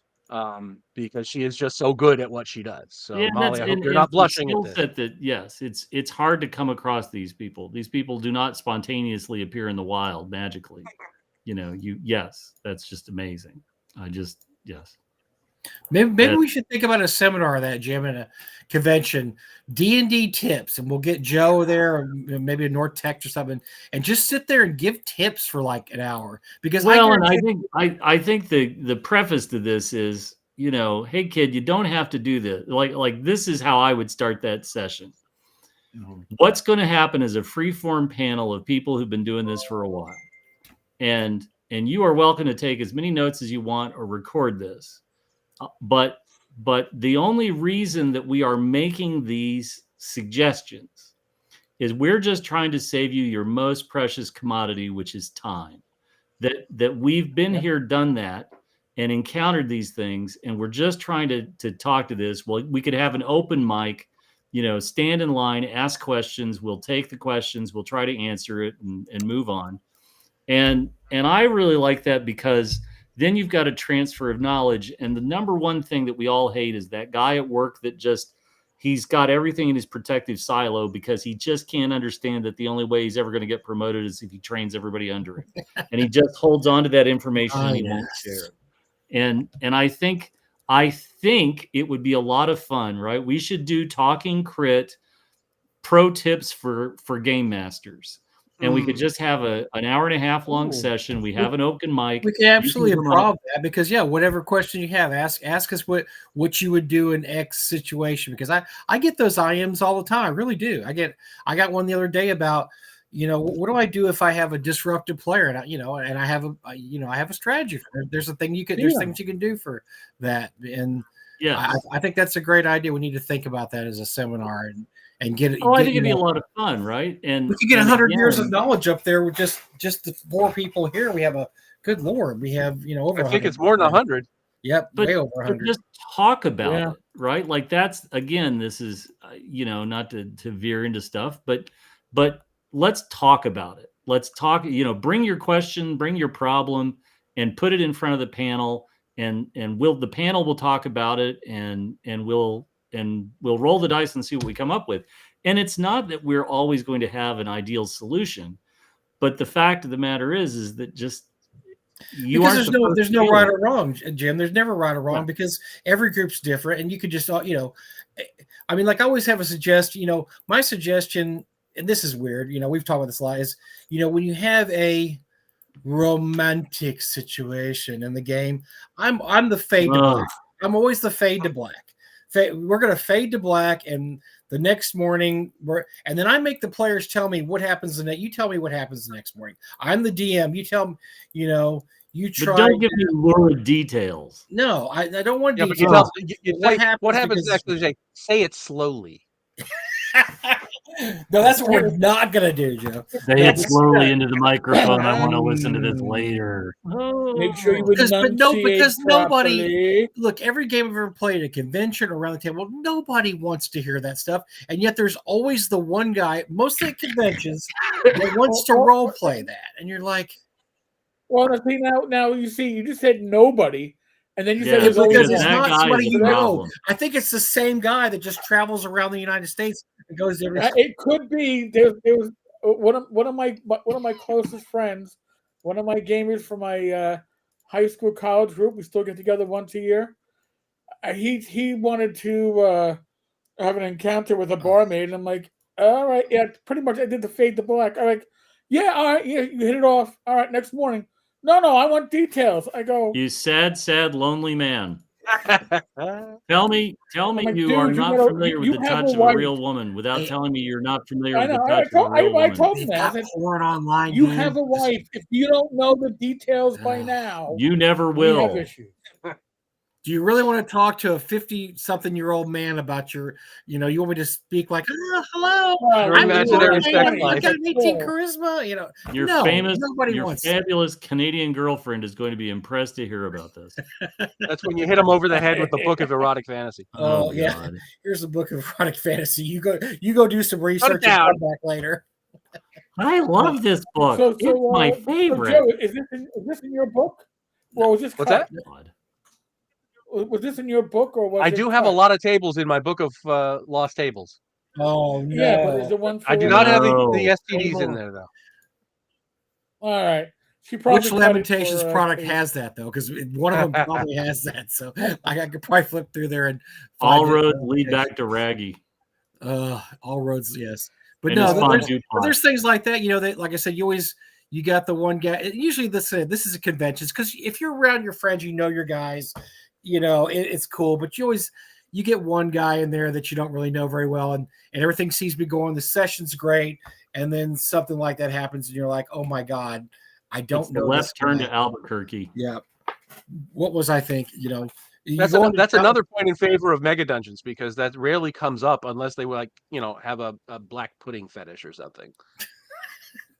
I Wow. I Rule could 20. live my whole life without knowing about that. You could be Rob Conley and go for the dryad in the pond. I mean, just I'm just saying, not that it happened. I'm going to make Rob Conley role play that if it ever happens. Rob, If she's in a pond, wouldn't that make her a wet ad? I want you to talk. Oh, is that right? If she's in a pond, wouldn't she be a wet ad? It was great having you on the show, Joe. It really was just. Oh boy, look at the time, Joe. I'll be here all week. Try the veal. And listen, there was only one thing we banned on this show, and that's dad jokes. I'm sorry.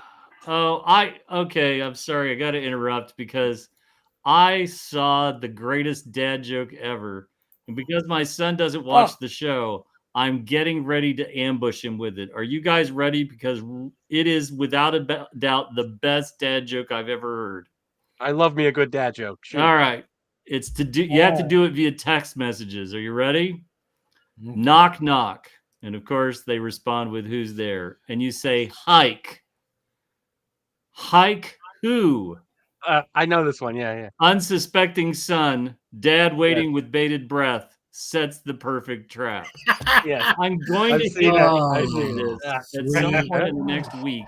And I'm waiting for the meltdown. It's going to be it's just going to be fabulous. It's going to be just awesome. At least your son will get the joke. Mine will be like, What's a "Hey, hike? Hey, Agile Monk. Confused noise. Want to say hi? Yeah. Oh, Yeah, that's God. great. Oh, well now, so Joe, we've meandered, but is there anything that we haven't discussed that you really want to make sure that people watching the show know about with the greatest advertised product currently in the RPG market? I think we've covered a ton of territory on it. It's just it's completely self-contained, but it can also take you into other books in the series. So you can always upgrade to the 4 rules, or you can always start using the Swords of Wuja or the Swords of Cthulhu or Book of Lost Lore. You can always keep bolting stuff onto it, but you don't have to. You can, if you wanted to, you could spend 10 years playing a game with these rules and have a blast. That's perfect. That's just perfect. By the way, folks, if you haven't figured it out yet, there's a link on the bottom of the screen. 10 Cars There's Tavern.game/ADD. And it's not attention deficit disorder. It's Adventures Dark and Deep. And that'll take you to the drive-through link for the Adventures Dark and Deep light rules. And Joe was nice enough to give me a copy, and they are, and he has a bard class. All right, so I happen to like bards. Those that don't, sorry. And I played a gnome for 2 years in Joe the Lawyer's campaign. Those of you who don't like gnomes, I understand why, but it just fit the campaign. Okay, I'm not a gnome fan, but I am a fan of. I actually don't. Sure. I like gnomes. You're gonna like the adventure hook that's coming up on Sunday on my channel. It is oh, gnome really? centric. Okay. I'm not gnome curious. You know, I had to play gnome because Matt Jackson detests gnomes, and we all sent Matt garden gnomes when he got his new house, just because he hated gnomes. So I mean, you know, I was like, I gotta play a gnome just in feeling good for him. Agile, by the way, thank you for gifting some. Yes. And gifting to the channel, and I very nice. Gifting some memberships. Thank you so much. He's been one of my longtime supporters, Agile Monk. Where's my membership? I don't even have a membership. Oh, please. Oh, you're covered in the glory of being on the show. Yeah, that's true. Yeah, I like things. Membership. I like the videos to be surprises days later, so I'm okay. Hey, can I ask you? Hey, since we're just talking here, it looks like are we going to have a show, or are we going to have a big post about the shocking stuff that you found out about the memorial, Eric? Is that I was absolutely blown away by that video. I without going into too many details, I had a phone call yesterday with somebody that started their own little digging and said, well, I know you've dug into this before. And then we talked, it was an hour, and then I got some files, and then I did my own digging. And I will say this, God help me if I had had AI to assist me in my searches. Uh, Nearly a decade ago, when I was first digging into the Gygax Memorial Fund, because the plethora of knowledge that I have found is uh, it's a plethora. It's huge, but there's no money in the fund right now. It's It's at negative. negative Yes. 9,000 plus, but that's as of 2023. 2024 taxes will be due before November 15th. So if I had a scrying bowl, if the tavern had a privy where I could make predictions from, um, they talk about a Kickstarter on the Gygax Memorial page, and the date has changed. Like it'll be in March. It'll be this summer.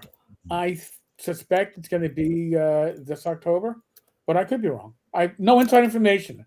This is just me reading tea leaves because they're looking to raise as much as $1 million for Gary's.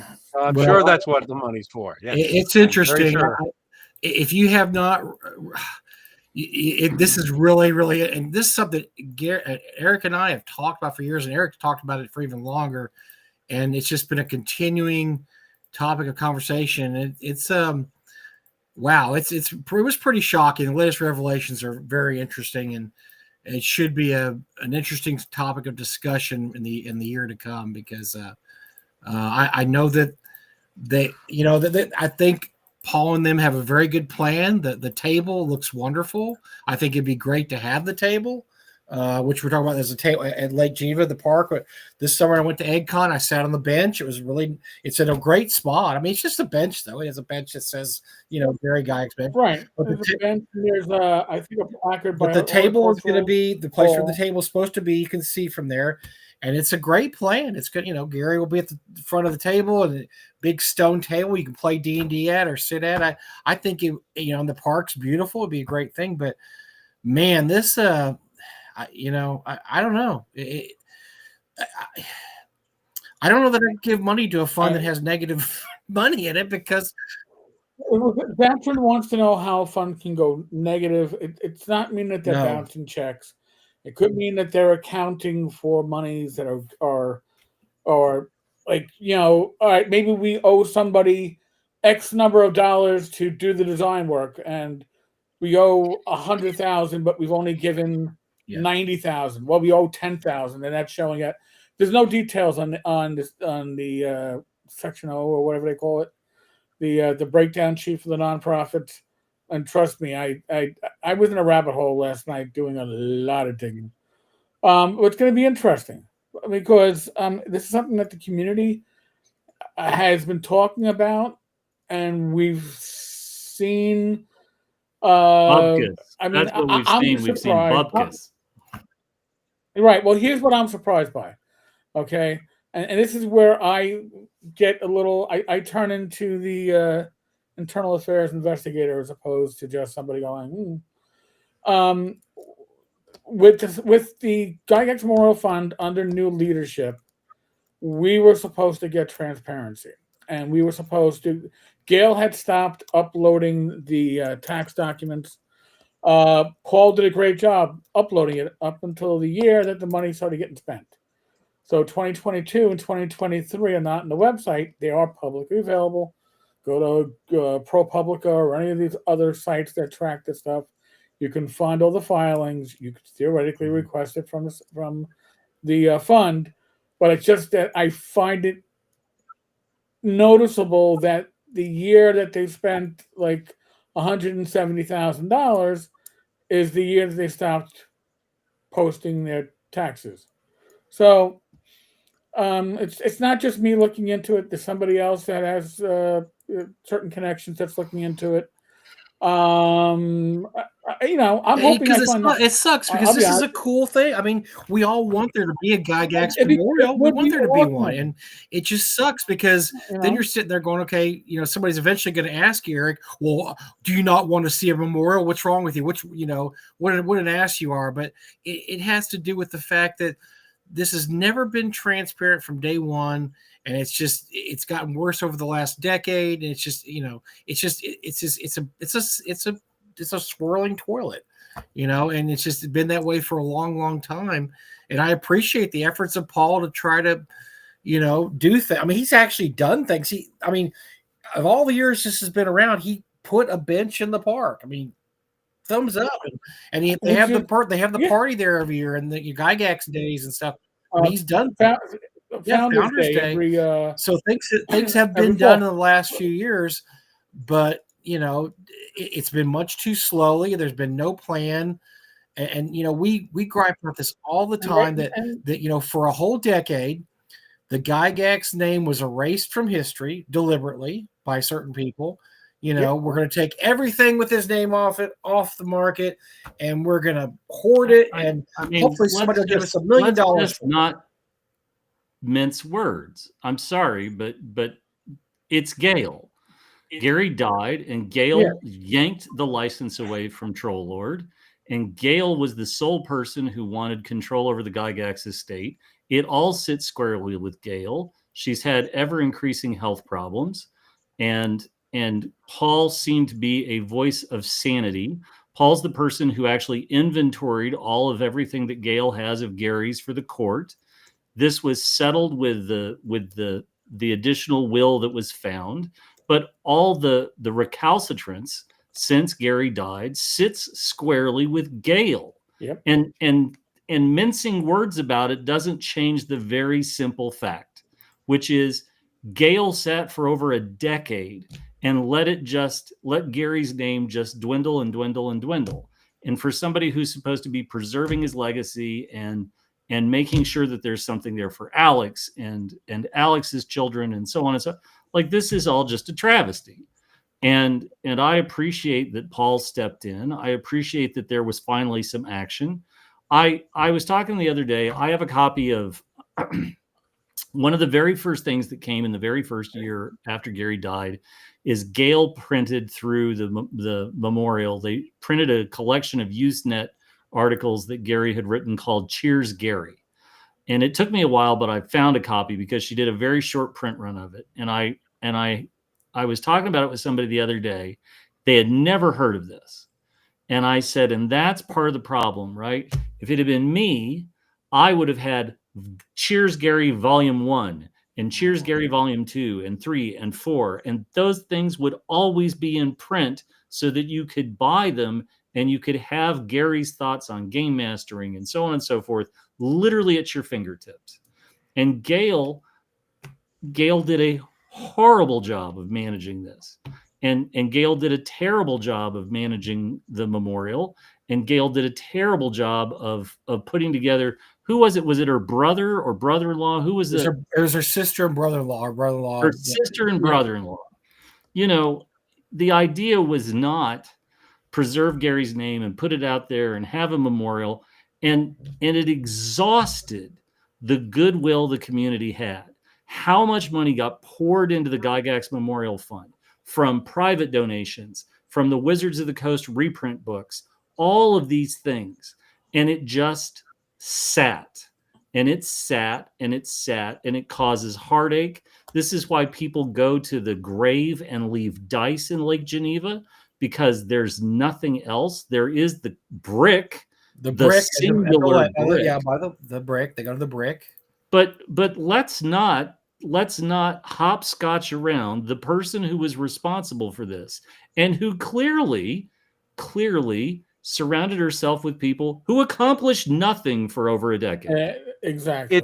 It's my understanding that, and I, classify this as opinion, but it's my understanding that she was taking advice that from people near her, that somebody was going to come along and offer her 6 or 7 figures for a computer game based on Gary's work. And this idea of turtling all of the IP was to make it more attractive to that mythical unicorn who was just going to come up to her house with a Joe. I heard the same thing, and it was the number I heard was $1 million. And that was Joe DeSantis, who that was the money.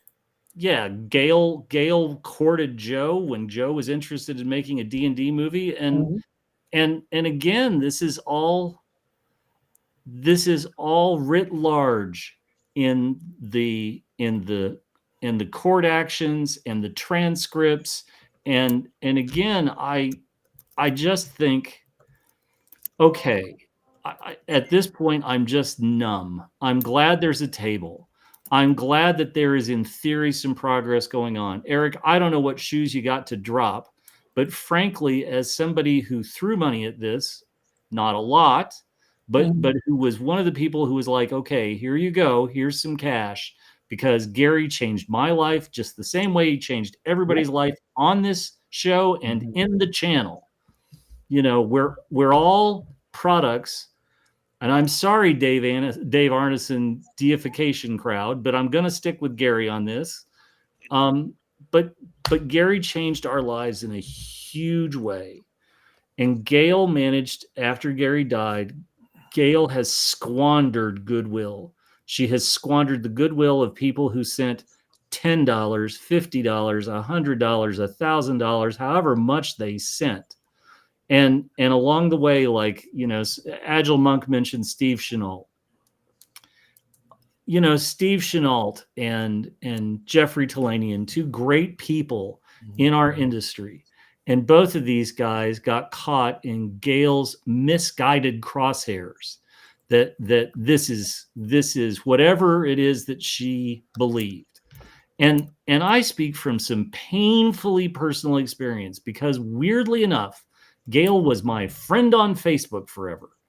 And in the midst of people trying to get Gail just to have some transparency, I had an ongoing conversation with Gail for the better part of a couple of years. I have shared the transcript with Eric at one point. And I was trying everything I could just to get her to embrace some semblance of transparency. And what that got me was all caps and batshit crazy replies.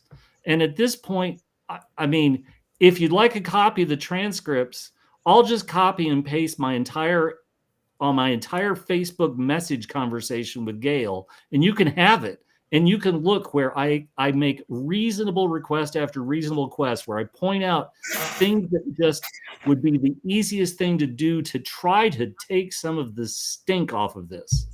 And what did Gail do?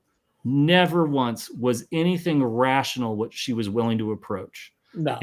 And that's a shame. It's a terrible, terrible shame, because all of us, anybody who's played Dungeons and Dragons, anybody who thinks that Gary created something special that's changed all of our lives and how you miss Gary and all that honest sentiment has been wasted and squandered by a memorial that has delivered nothing.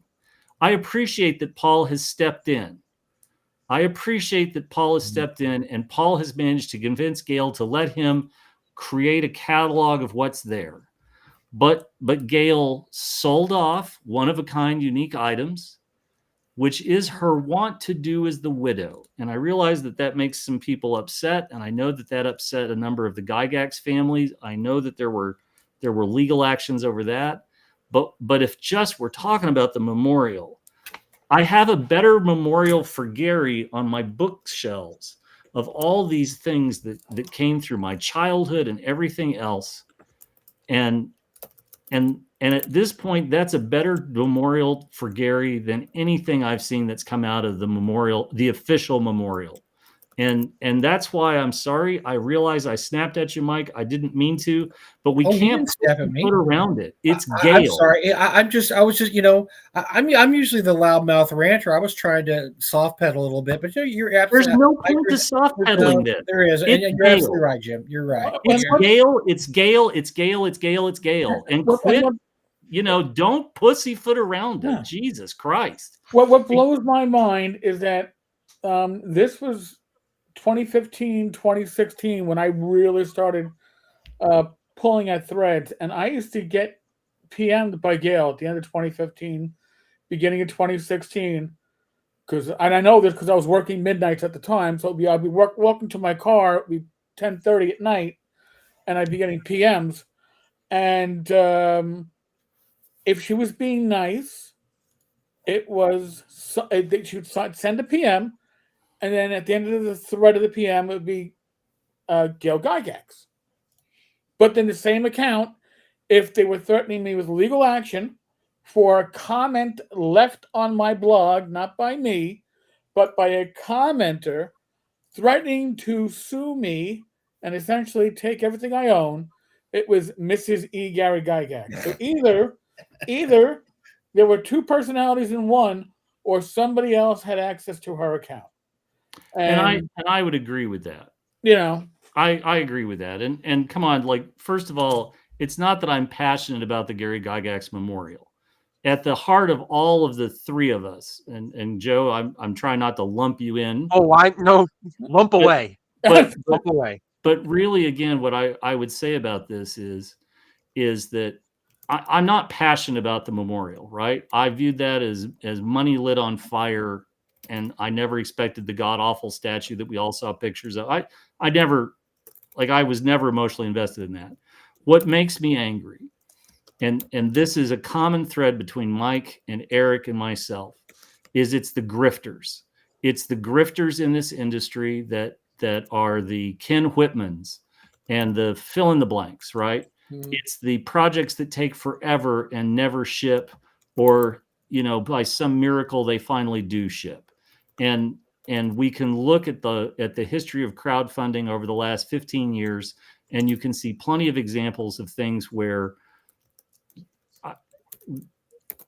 you're absolutely right to come at this from a place of, I can forgive this. And nobody should be spending money on crowdfunding efforts that you can't afford to lose. Like that's one of the most basic tenets. But there's very few people in the industry, there's very few people in the hobby who have regularly made an effort to try to keep these people's feet to the fire. And it's that guy, over there, right? It's Eric. And then indirectly, then Mike, and now myself. And so I'm not passionate about the memorial. What I'm passionate about is seeing something come from all the money and all the goodwill that was expended by people who should reasonably expect to see something for what they put into this. And when we sort of pussyfoot around it, yeah. Again, Gail's had health problems. I too have seen in my messages with Gail's Facebook account, I've seen different tones. Mm-hmm. I've seen rational, and I've seen not so much. And I don't want to be ranty about this. I'm not interested in ranting about it. But I just think we're at a point now, particularly if it's coming up again as a subject, we need to be honest, and we need to not be ambiguous. And it's not Luke. It's not any of the Gygax children.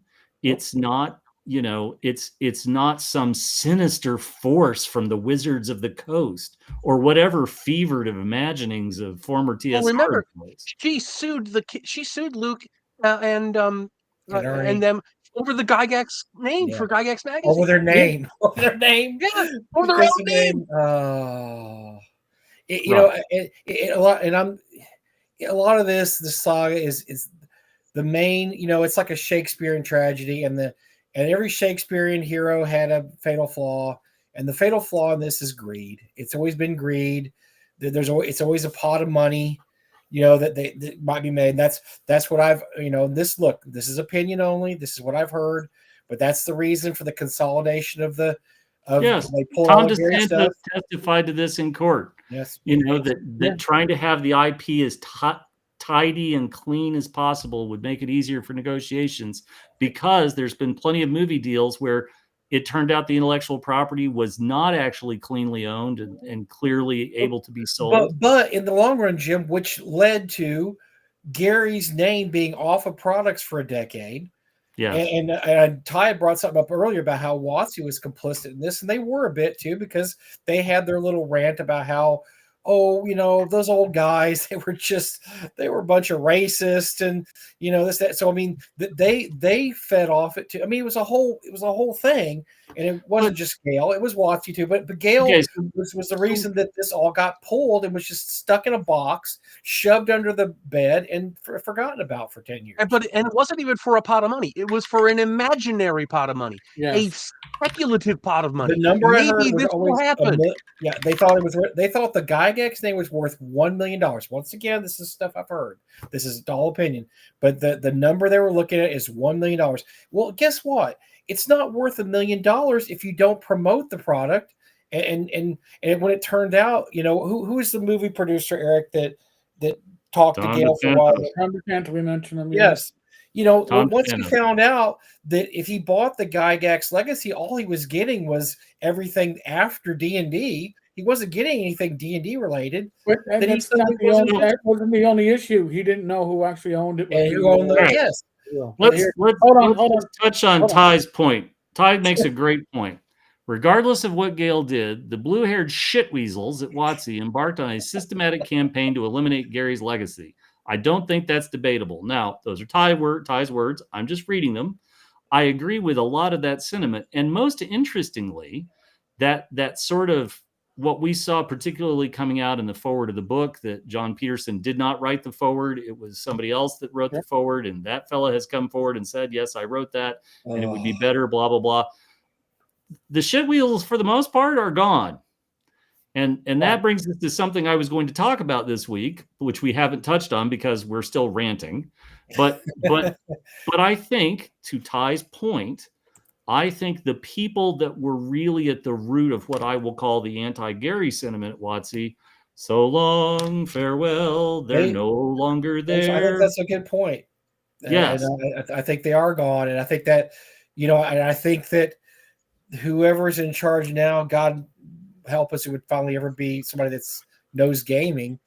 I think they would be I think it'd be very, very good of them to go and look and see what people who like the game and love the game have been talking about for years and try to make that right. And one of the things you can make that right is not demonizing your founding fathers. I mean, that's like a lose-lose. That'd be like if baseball came out and all they talked about was what an alcoholic Babe Ruth was and Ty Cobb was a racist. I mean, why would you do that to your product? And not focus on the good parts of your product instead of, oh yeah, those old baseball guys, they were all, the black. We're gonna talk about the Black Sox scandal. We're not gonna talk. All right. Who would do that? Okay. Nobody does that with their product. We got stuff to talk about. And it's been an interesting week, right? We got a little bit of time left, but there's been some interesting things this week. I have a couple. I hadn't talked about it with the other guys yet. You mean somebody's actually announced a Cyborg Commando movie? Stop. I can only get so erect. So I want to touch on a couple of things, but number one is I heard more things that make me feel like there are people coming back to the WotC fold based on new leadership. And so magically enough, through the mystical device that I have, I had a conversation with somebody this week who pretty much said exactly what we have thought, that a couple of key departures at WotC have should be taken as a movement in a different direction, and that I sort of jokingly called it the WotC apology tour at Gen Con. That has continued apace, and there are people who are now, okay, burn me once, shame on you, burn me twice, shame on me, but there are people who are re-engaging with WotC who were like, not a chance. And so I think that's a good sign. I think, does that mean I'm building a giant Scrooge McDuck money bin for all the money of WotC licensing? That's not what I'm saying. But I am certainly of the belief that there is clearly a sea change at WotC. And I'm happy about that, right? I'm happy that people who denigrated a lot of the people who are in this hobby and would fall pretty much into our demographics, I'm very happy that there are people who are figuring things out. that maybe it's easier to build bridges than just burn them to the pylons. So I think that's good. I wanted to talk about something else, and I don't want to make it a big, long, ranty thing. I have been friends with Shane. I've been friends with Shane Hensley from Pinnacle Press since 1993. Oh, yes. Okay. Shane and I grew up very close to each other. In fact, Shane moved away when he was at the end of grade school, but we grew up within about 20-25 minutes. And in fact, one of the first times I was talking to Shane and we were sort of trading notes, he went to a school that unfortunately was painted a very dark purple, and after about 3 weeks in the sun, it faded to a very interesting color of like mauve or orchid. And there was no pride in this. It was just this very strange pastel colored school. But I've known Shane for a long time, and Shane has tried to navigate. You have Deadlands, which extends the Civil War, and has done his dead level best to try to remove slavery out of the game product. He's tried to walk a very fine line between making a game that he wants and making sure that game doesn't cross into different lines. So this week, Shane, like a lot of people over the past week, Shane made some comments that got him in some hot water with people. Shane is one of the few, I will say, fairly outspoken conservative voices in the RPG industry, and I was in a room one time with some people that were talking about Shane and how great his products were, and they said, but his politics are garbage. Like, it just completely dismissed everything that Shane had produced, and that really bothers me, right? Because I think you can divorce things. I know that there will be people who will want to send me hate mail. Please go ahead. But Shane tried to have a conversation with people. He made an initial post early this week or last week, and it was just a raw mess of emotions. And then realizing that he had not said some things as well as he could have, he then tried to engage with some more people and so on and so forth. And in the end, what I would say is Shane's a decent guy, and he makes decent game products. He's been a part of this industry for 30 some years. I used to talk to him when he was running a store in Virginia, and Shane is exactly the person that you would want as a friend. Shane's the guy that if you called him and said, I need help, he would be there in a heartbeat. When Shane was clearing out his mom and dad's old house, he found his 12-inch G.I. Joe tank, and he put a post on Facebook about how sad he was that he was going to have to throw it away. And I said, whoa, whoa, whoa, whoa, whoa. I will add that to my motor pool. And he was like, it's going to cost a bunch of money. And I said, I don't care. Like, I'm still going to rescue one of your childhood toys. But Shane is not the devil. I saw a lot of posts where people went way too far. And I would say to everybody that Shane embodies what I would say is the right attitude in role playing, which is all of our tables are big enough. You should be able to sit down at a table and roll dice with people, and it doesn't matter who they are or what they believe. When we all sit down at the table, we should be able to roll dice and get along. And that's probably the best message to come out of the last week and a half, that we can find a way to sit down and roll dice with each other, because that's the right thing to do. I think, Jim, as somebody who co-runs a con, that you always walk a tightrope, and because you want a gaming environment to be welcoming for everybody, and you don't want people to think about anything when you walk through the door of a convention except I want a game, and I want to play, I want to play Gangbusters, and I want to play D&D, and I want to play Shadow Dark. That's all that you want to worry about. And so it's really tough when you're pushed from one side or another to basically take a side. Yeah. And, and there doesn't have to be sides in gaming. There just has to be gaming. Just sit down and have think about when you were in high school and you sat down at a table and that, and everybody just talked about what music was going on and what you were doing after class and what girls you were dating. And that's the kind of atmosphere you want. You want to just sit down and have a great time. And so it's tough because it's really tough to walk that tightrope and not make somebody mad. But, you have to do that. You have to walk a tightrope if you're, in charge of a game convention or a game company, unless you want to alienate one side of the other of your constituents there.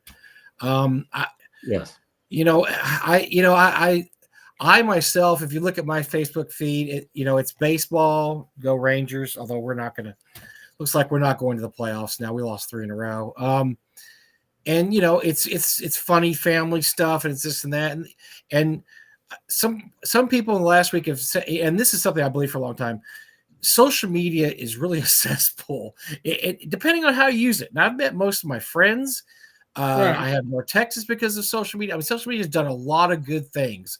But man, social media, if the more you study it, if there's some really good books you can read about social media, but it's created to have algorithms that promote things that promote engagement. And engagement is anything that keeps you on the social media clicking. And that's the problem, is that people don't realize what social media is up to. And that's what social media is about. It's about engagement, and you engage people by enraging them a lot of the time. Right. And not, yes, there's pictures of fuzzy kittens. Cute fuzzy kittens is one form of engagement that works with, a lot of people. Sometimes I'm a sucker for a dog and a cat friendship video. I will, because I love dogs and cats. When I see a kitten and a puppy snuggling together, I'm clicking. I want to see more. But a lot of people are enraged. The bait for them is enragement. Enrage them more, and they click more. There was a study years ago about YouTube videos. The study was how many videos do I have to watch before I get to content that's absolutely disgusting and horrible and just over the top? And it wasn't very long, because once you start clicking those videos, it starts feeding you more of the same. And after about a day or so, all your videos are that extreme. They're the most extreme. And they found you can go from 0 to neo-Nazi in like a day. I mean, literally, because and that is kind of the point. Like, I put up a video on this channel this morning. And folks, if you know me on social media, I stay clear of social political stuff. But I did a video on us versus them, how social media divides and dehumanizes. I was thinking about that too. Yes, it's because that is a large part of what got us where we are today. And that's part of what Mike is saying. It's engagement. And you want to get the likes and the rah-rahs and the comments from your side, and you know what? They're very happy for you to get the angry comments and the dislikes from the other side, because it's all engagement. Whether it's YouTube or Facebook or X, I don't know about Blue Sky. I don't know if anybody's at Blue Sky, but I mean, I'm on it. I'm on it because I want to be on both sides. My games are for everybody, so I'm on X and Blue Sky. I know MeWe is mostly a desert these days, but it actually seems to want to generate conflict, and the conflict issue comes down to when it's us versus them, and when we say that words equal violence, that means that violence is no worse than words. It conflates what we believed for hundreds of years, and it removes these barriers that kept us civil. You wouldn't say certain shit at your local bar because Joe next to you will bop you in the face for what you said, but you'll say it behind the screen because you can't get to me. So it's a dangerous time, personally. And I think we have to learn how to use social media for what we can, for its best parts, like Mike was talking about, and try as best we can to avoid the division that it naturally is designed to encourage. And there's at this point now, there's actual studies out, because social media has been around long enough where they've seen the effect on children, on teenagers. I mean, the fact that kids that spend an inordinate amount of time on social media, score less on testing. They're less social. They're actually less socially adapted than kids that don't spend time on social media. Imagine how messed up that is. They actually relate to kids better, other kids better, if they're off social media than if they are. And there's actual studies. Look up the stuff. It's not good to spend a lot of time on social media, and especially not a lot of good time to doom scroll, as the kids say. Doom scroll all day. It's not good stuff. It's bad. It's bad. It's really bad. So I'm reading through the comments as we go, and what I would say is, like I said, I've known Shane since 1993, and Shane's a good guy. He's not weak. He tried to address concerns from friends of his from a different political perspective than one he normally sort of subscribes to, and he had exactly what somebody just said, that most people are reasonable, and there was reasonable conversation in some of the comments of his post. But there were the people who were like every issue, you have a fringe, and you have a raucous fringe, and that fringe can never be satisfied. And I think that's a big part. If I ranted earlier tonight about Gail, I'm trying to be very level right now and just say life is too short. 99% of the people that you game with at conventions or you interact with on this show and so on, you have far more in common and you get along. Joe and I had a very brief misunderstanding over this past year, for which I still apologize. No, like that's not the point of this, Joe. But my point is that Joe felt slighted, and we had a great conversation, and I was like, I didn't take it that way. And everything is good. And Joe and I are friends, right? Joe and I are better friends than from before the conversation, because Joe is a human being and Joe is having a bad week. And the great thing about being friends is that you can have a bad week and you can be shitty to your friends and your friends still like you regardless, right? And your friends understand, and they can put themselves in your shoes and they can understand that you're having a bad week. You communicated. That's oh right. God. Oh, what? I thought that was a lost skill. But it's not, and it shouldn't be. And in the fullness of time, nothing from this week is going to impact people like Shane and so on and so forth. There's a national period of what the hell have we all just been through, but more importantly, the lesson out of the last 7 or 8 days is just talk to people. Don't talk at people, talk to people. Now that comes from the guy who just ranted about the Gygax Memorial, so take it for what you will. But I want to have some righteous indignation now and then, and that was part of it. Mike, have you got some CDs for us this week? Yeah. Give me 1 second. I was. All right. You want to get my movie while you're doing that? Yeah. All right. Hold on. I'm coming. Uh-oh. All right. Here we go. So I got to do something this week I was very excited to do. I finally got to buy my ticket to Tron Ares, and my butt will be in the seat on opening night in the IMAX, and I can't wait. And so my movie recommendation to watch is Tron Legacy. Wow. Is it perfect? No. Is it got a great ending? It's a little weird. But as the kid, 1983 was a pretty pivotal summer, right? And at one point I got to go to California, and I got to see Tron in a movie theater because my grandmother dropped me off at the theater because she just needed a break from annoying 14-year-old. And I saw Tron and I was just blown away. And so when Tron Legacy came out, however many years ago, 14 years ago or whatever, I was all excited and so on and so forth. There are payday moments, right? Where Kevin Flynn's son goes back into the grid. There's a lot of really great things. It's got Olivia Wilde, hubba hubba. And so if you've seen the commercials and you're interested in Ares and so on and so forth, I would recommend both giving Legacy a rewatch before you go see Ares.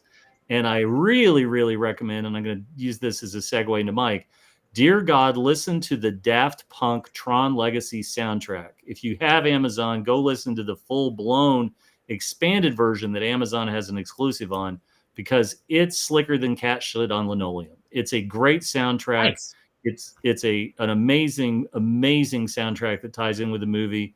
But that's your. It's not an oldie and a goodie, but it's an adequate movie that you should watch before you see Aries and get ready to go back into the grid programs. Back to you, Mike. I have 5 CDs. I've got a band called Centromatic, who is a local band. This album's called Always Inconvenient. It's probably not everybody's cup of tea. It's a local band who has about 5 or 6 albums out. I listen to everything, local stuff, famous stuff, whatever. So there probably nobody's ever heard of it except for me. I'm talking about, but Centromatic's a really good band. Here's kind of a one-hit wonder band, Fastball. If you remember a few years ago, they had a big song called The Way. I remember that song. This is a good album. I listened to the album maybe 3 or 4 times, and I finally gave it a deep listen. And it's actually a pretty darn good album. It's got some really, really good top 40 type music. And then returning from last week, we have Dave Alvin again of the Blasters, Western, kind of a country western rock album, really good stuff. Husker Du, Midwest kick-ass hard rock band. But I'm going to tell you this, I am really impressed. I don't remember buying this, but I'm glad I bought it. I'm on disc 2 of the Cars anthology, and I'm going to tell you, I think that this has about every single song the Cars ever did on the album. The second disc is just as strong as the first disc, and I've had this 2 or 3 weeks now, and I am really, really reliving my 70s age with the Cars. They were just a damn good band. I mean, all their hits are solid. They're solid hits. They had some rock stuff. They had some kind of ballady stuff. Towards the end of the 80s, they got a little more top 40 and not quite as kick asses in the 70s. But man, I am really enjoying this a lot, because every time I hear something like Touch and Go or Drive or Magic, I just get a memory of something that happened in the 80s. Oh yeah, I remember when I heard this song, Double Life, anything from Candio. I mean, the Cars' first album, Candio, is pretty much the soundtrack of my high school life, because Heartbeat City was the album for me, right? And that was a little later on. Yeah, that was more of their top 40 when pretty much they had almost everything from Heartbreak City was a hit, or the album before was a MTV staple. So yeah, I don't even know if this is still available. If you find the Cars anthology, if you're interested in the Cars, or if you like the Cars, go look for this. It is really good. There's a million songs. There's like 40 or 50 songs on this. So I don't even know when I bought it, when I got it, but I'm glad I got it, because it's been a really good listen the past 2 weeks. So just as an aside, to lead into next week, I have begun a deep dive into Yes this week, and so I'm going to be chiming in next week about Yes. Are you trying to tell us that you need you're smoking dope again? Is this what you're? No. Okay. I started wading through the catalog a day or so ago, and I think it's going to be it's my soundtrack for the next few days. Did you have you been taking LSD the last week? No, I'm sorry to disappoint you, but my pharmaceutical recreational period never happened. I'm just saying, because that and Yes went together during high school. Not saying I didn't know I'm just telling you, I knew a few guys. They would spend a weekend listening to Yes albums, and they were really hard to get a hold of during that weekend, because they were kind of flying, and then they would pull the album cover open. Wow, look at the cool. I mean, because the artwork on those is well renowned as probably the best artwork on any rock album of all time. Right. The artwork's incredible on those Yes albums. So, well, if you're not stoned, I can't wait to hear about that next week, Jim. If you come in, if there's a haze around you, then we'll know what happened with those Yes albums. Yep. Let me tell you about this roundabout. Oh, roundabout, man. Oh, if you play it backwards, oh my God. On that note. Yeah, that's a good place to call it done. Stick a pin in it. Thank you for joining us. I had a great time with Joe over the weekend. Yes, thanks, Joe. Great to have you on. Yeah, okay. Always. Remember, folks, quick reminder, if you haven't checked it out yet, 10cards-tavern.game/ADD. It'll take you to adventures dark Oh, and it's so pretty. deep. Look at it. Light. And look at that typeface. It harkens back to an earlier day. It's got the An orange orange binding. spine, no less. It's got the orange binding. Orange binding, folks. Orange binding. Thank you to Jim. Thank you to Mike. And thank you to you all. Mr. Monk, I want to thank you for gifting everybody with some memberships. It was great. And other than that, live stream tomorrow night, Friday night, Saturday night. And then next week, there will probably only be this one live stream. Because I will be at ShireCon. That's right. ShireCon! Which is not, in fact, this weekend, but next weekend. As Joe get pointed out. Your hotel reservation there, Joel. Immediately as I log off of this, I'm going to get onto the phone. Yeah, with the thank hotel. goodness Bladder Joe before the didn't show show up. even started. I was like, huh? I was ready to drive off Good thing you had this live. Joe was there. I'm the first one here. This is awesome. Nobody else. I'm the only one here. The VFW, they That would have serve been you a a beer and say, It's the You know, Joe that's Block right. convention. Oh. No con. Joe Con, God. 24/7. Folks, God bless.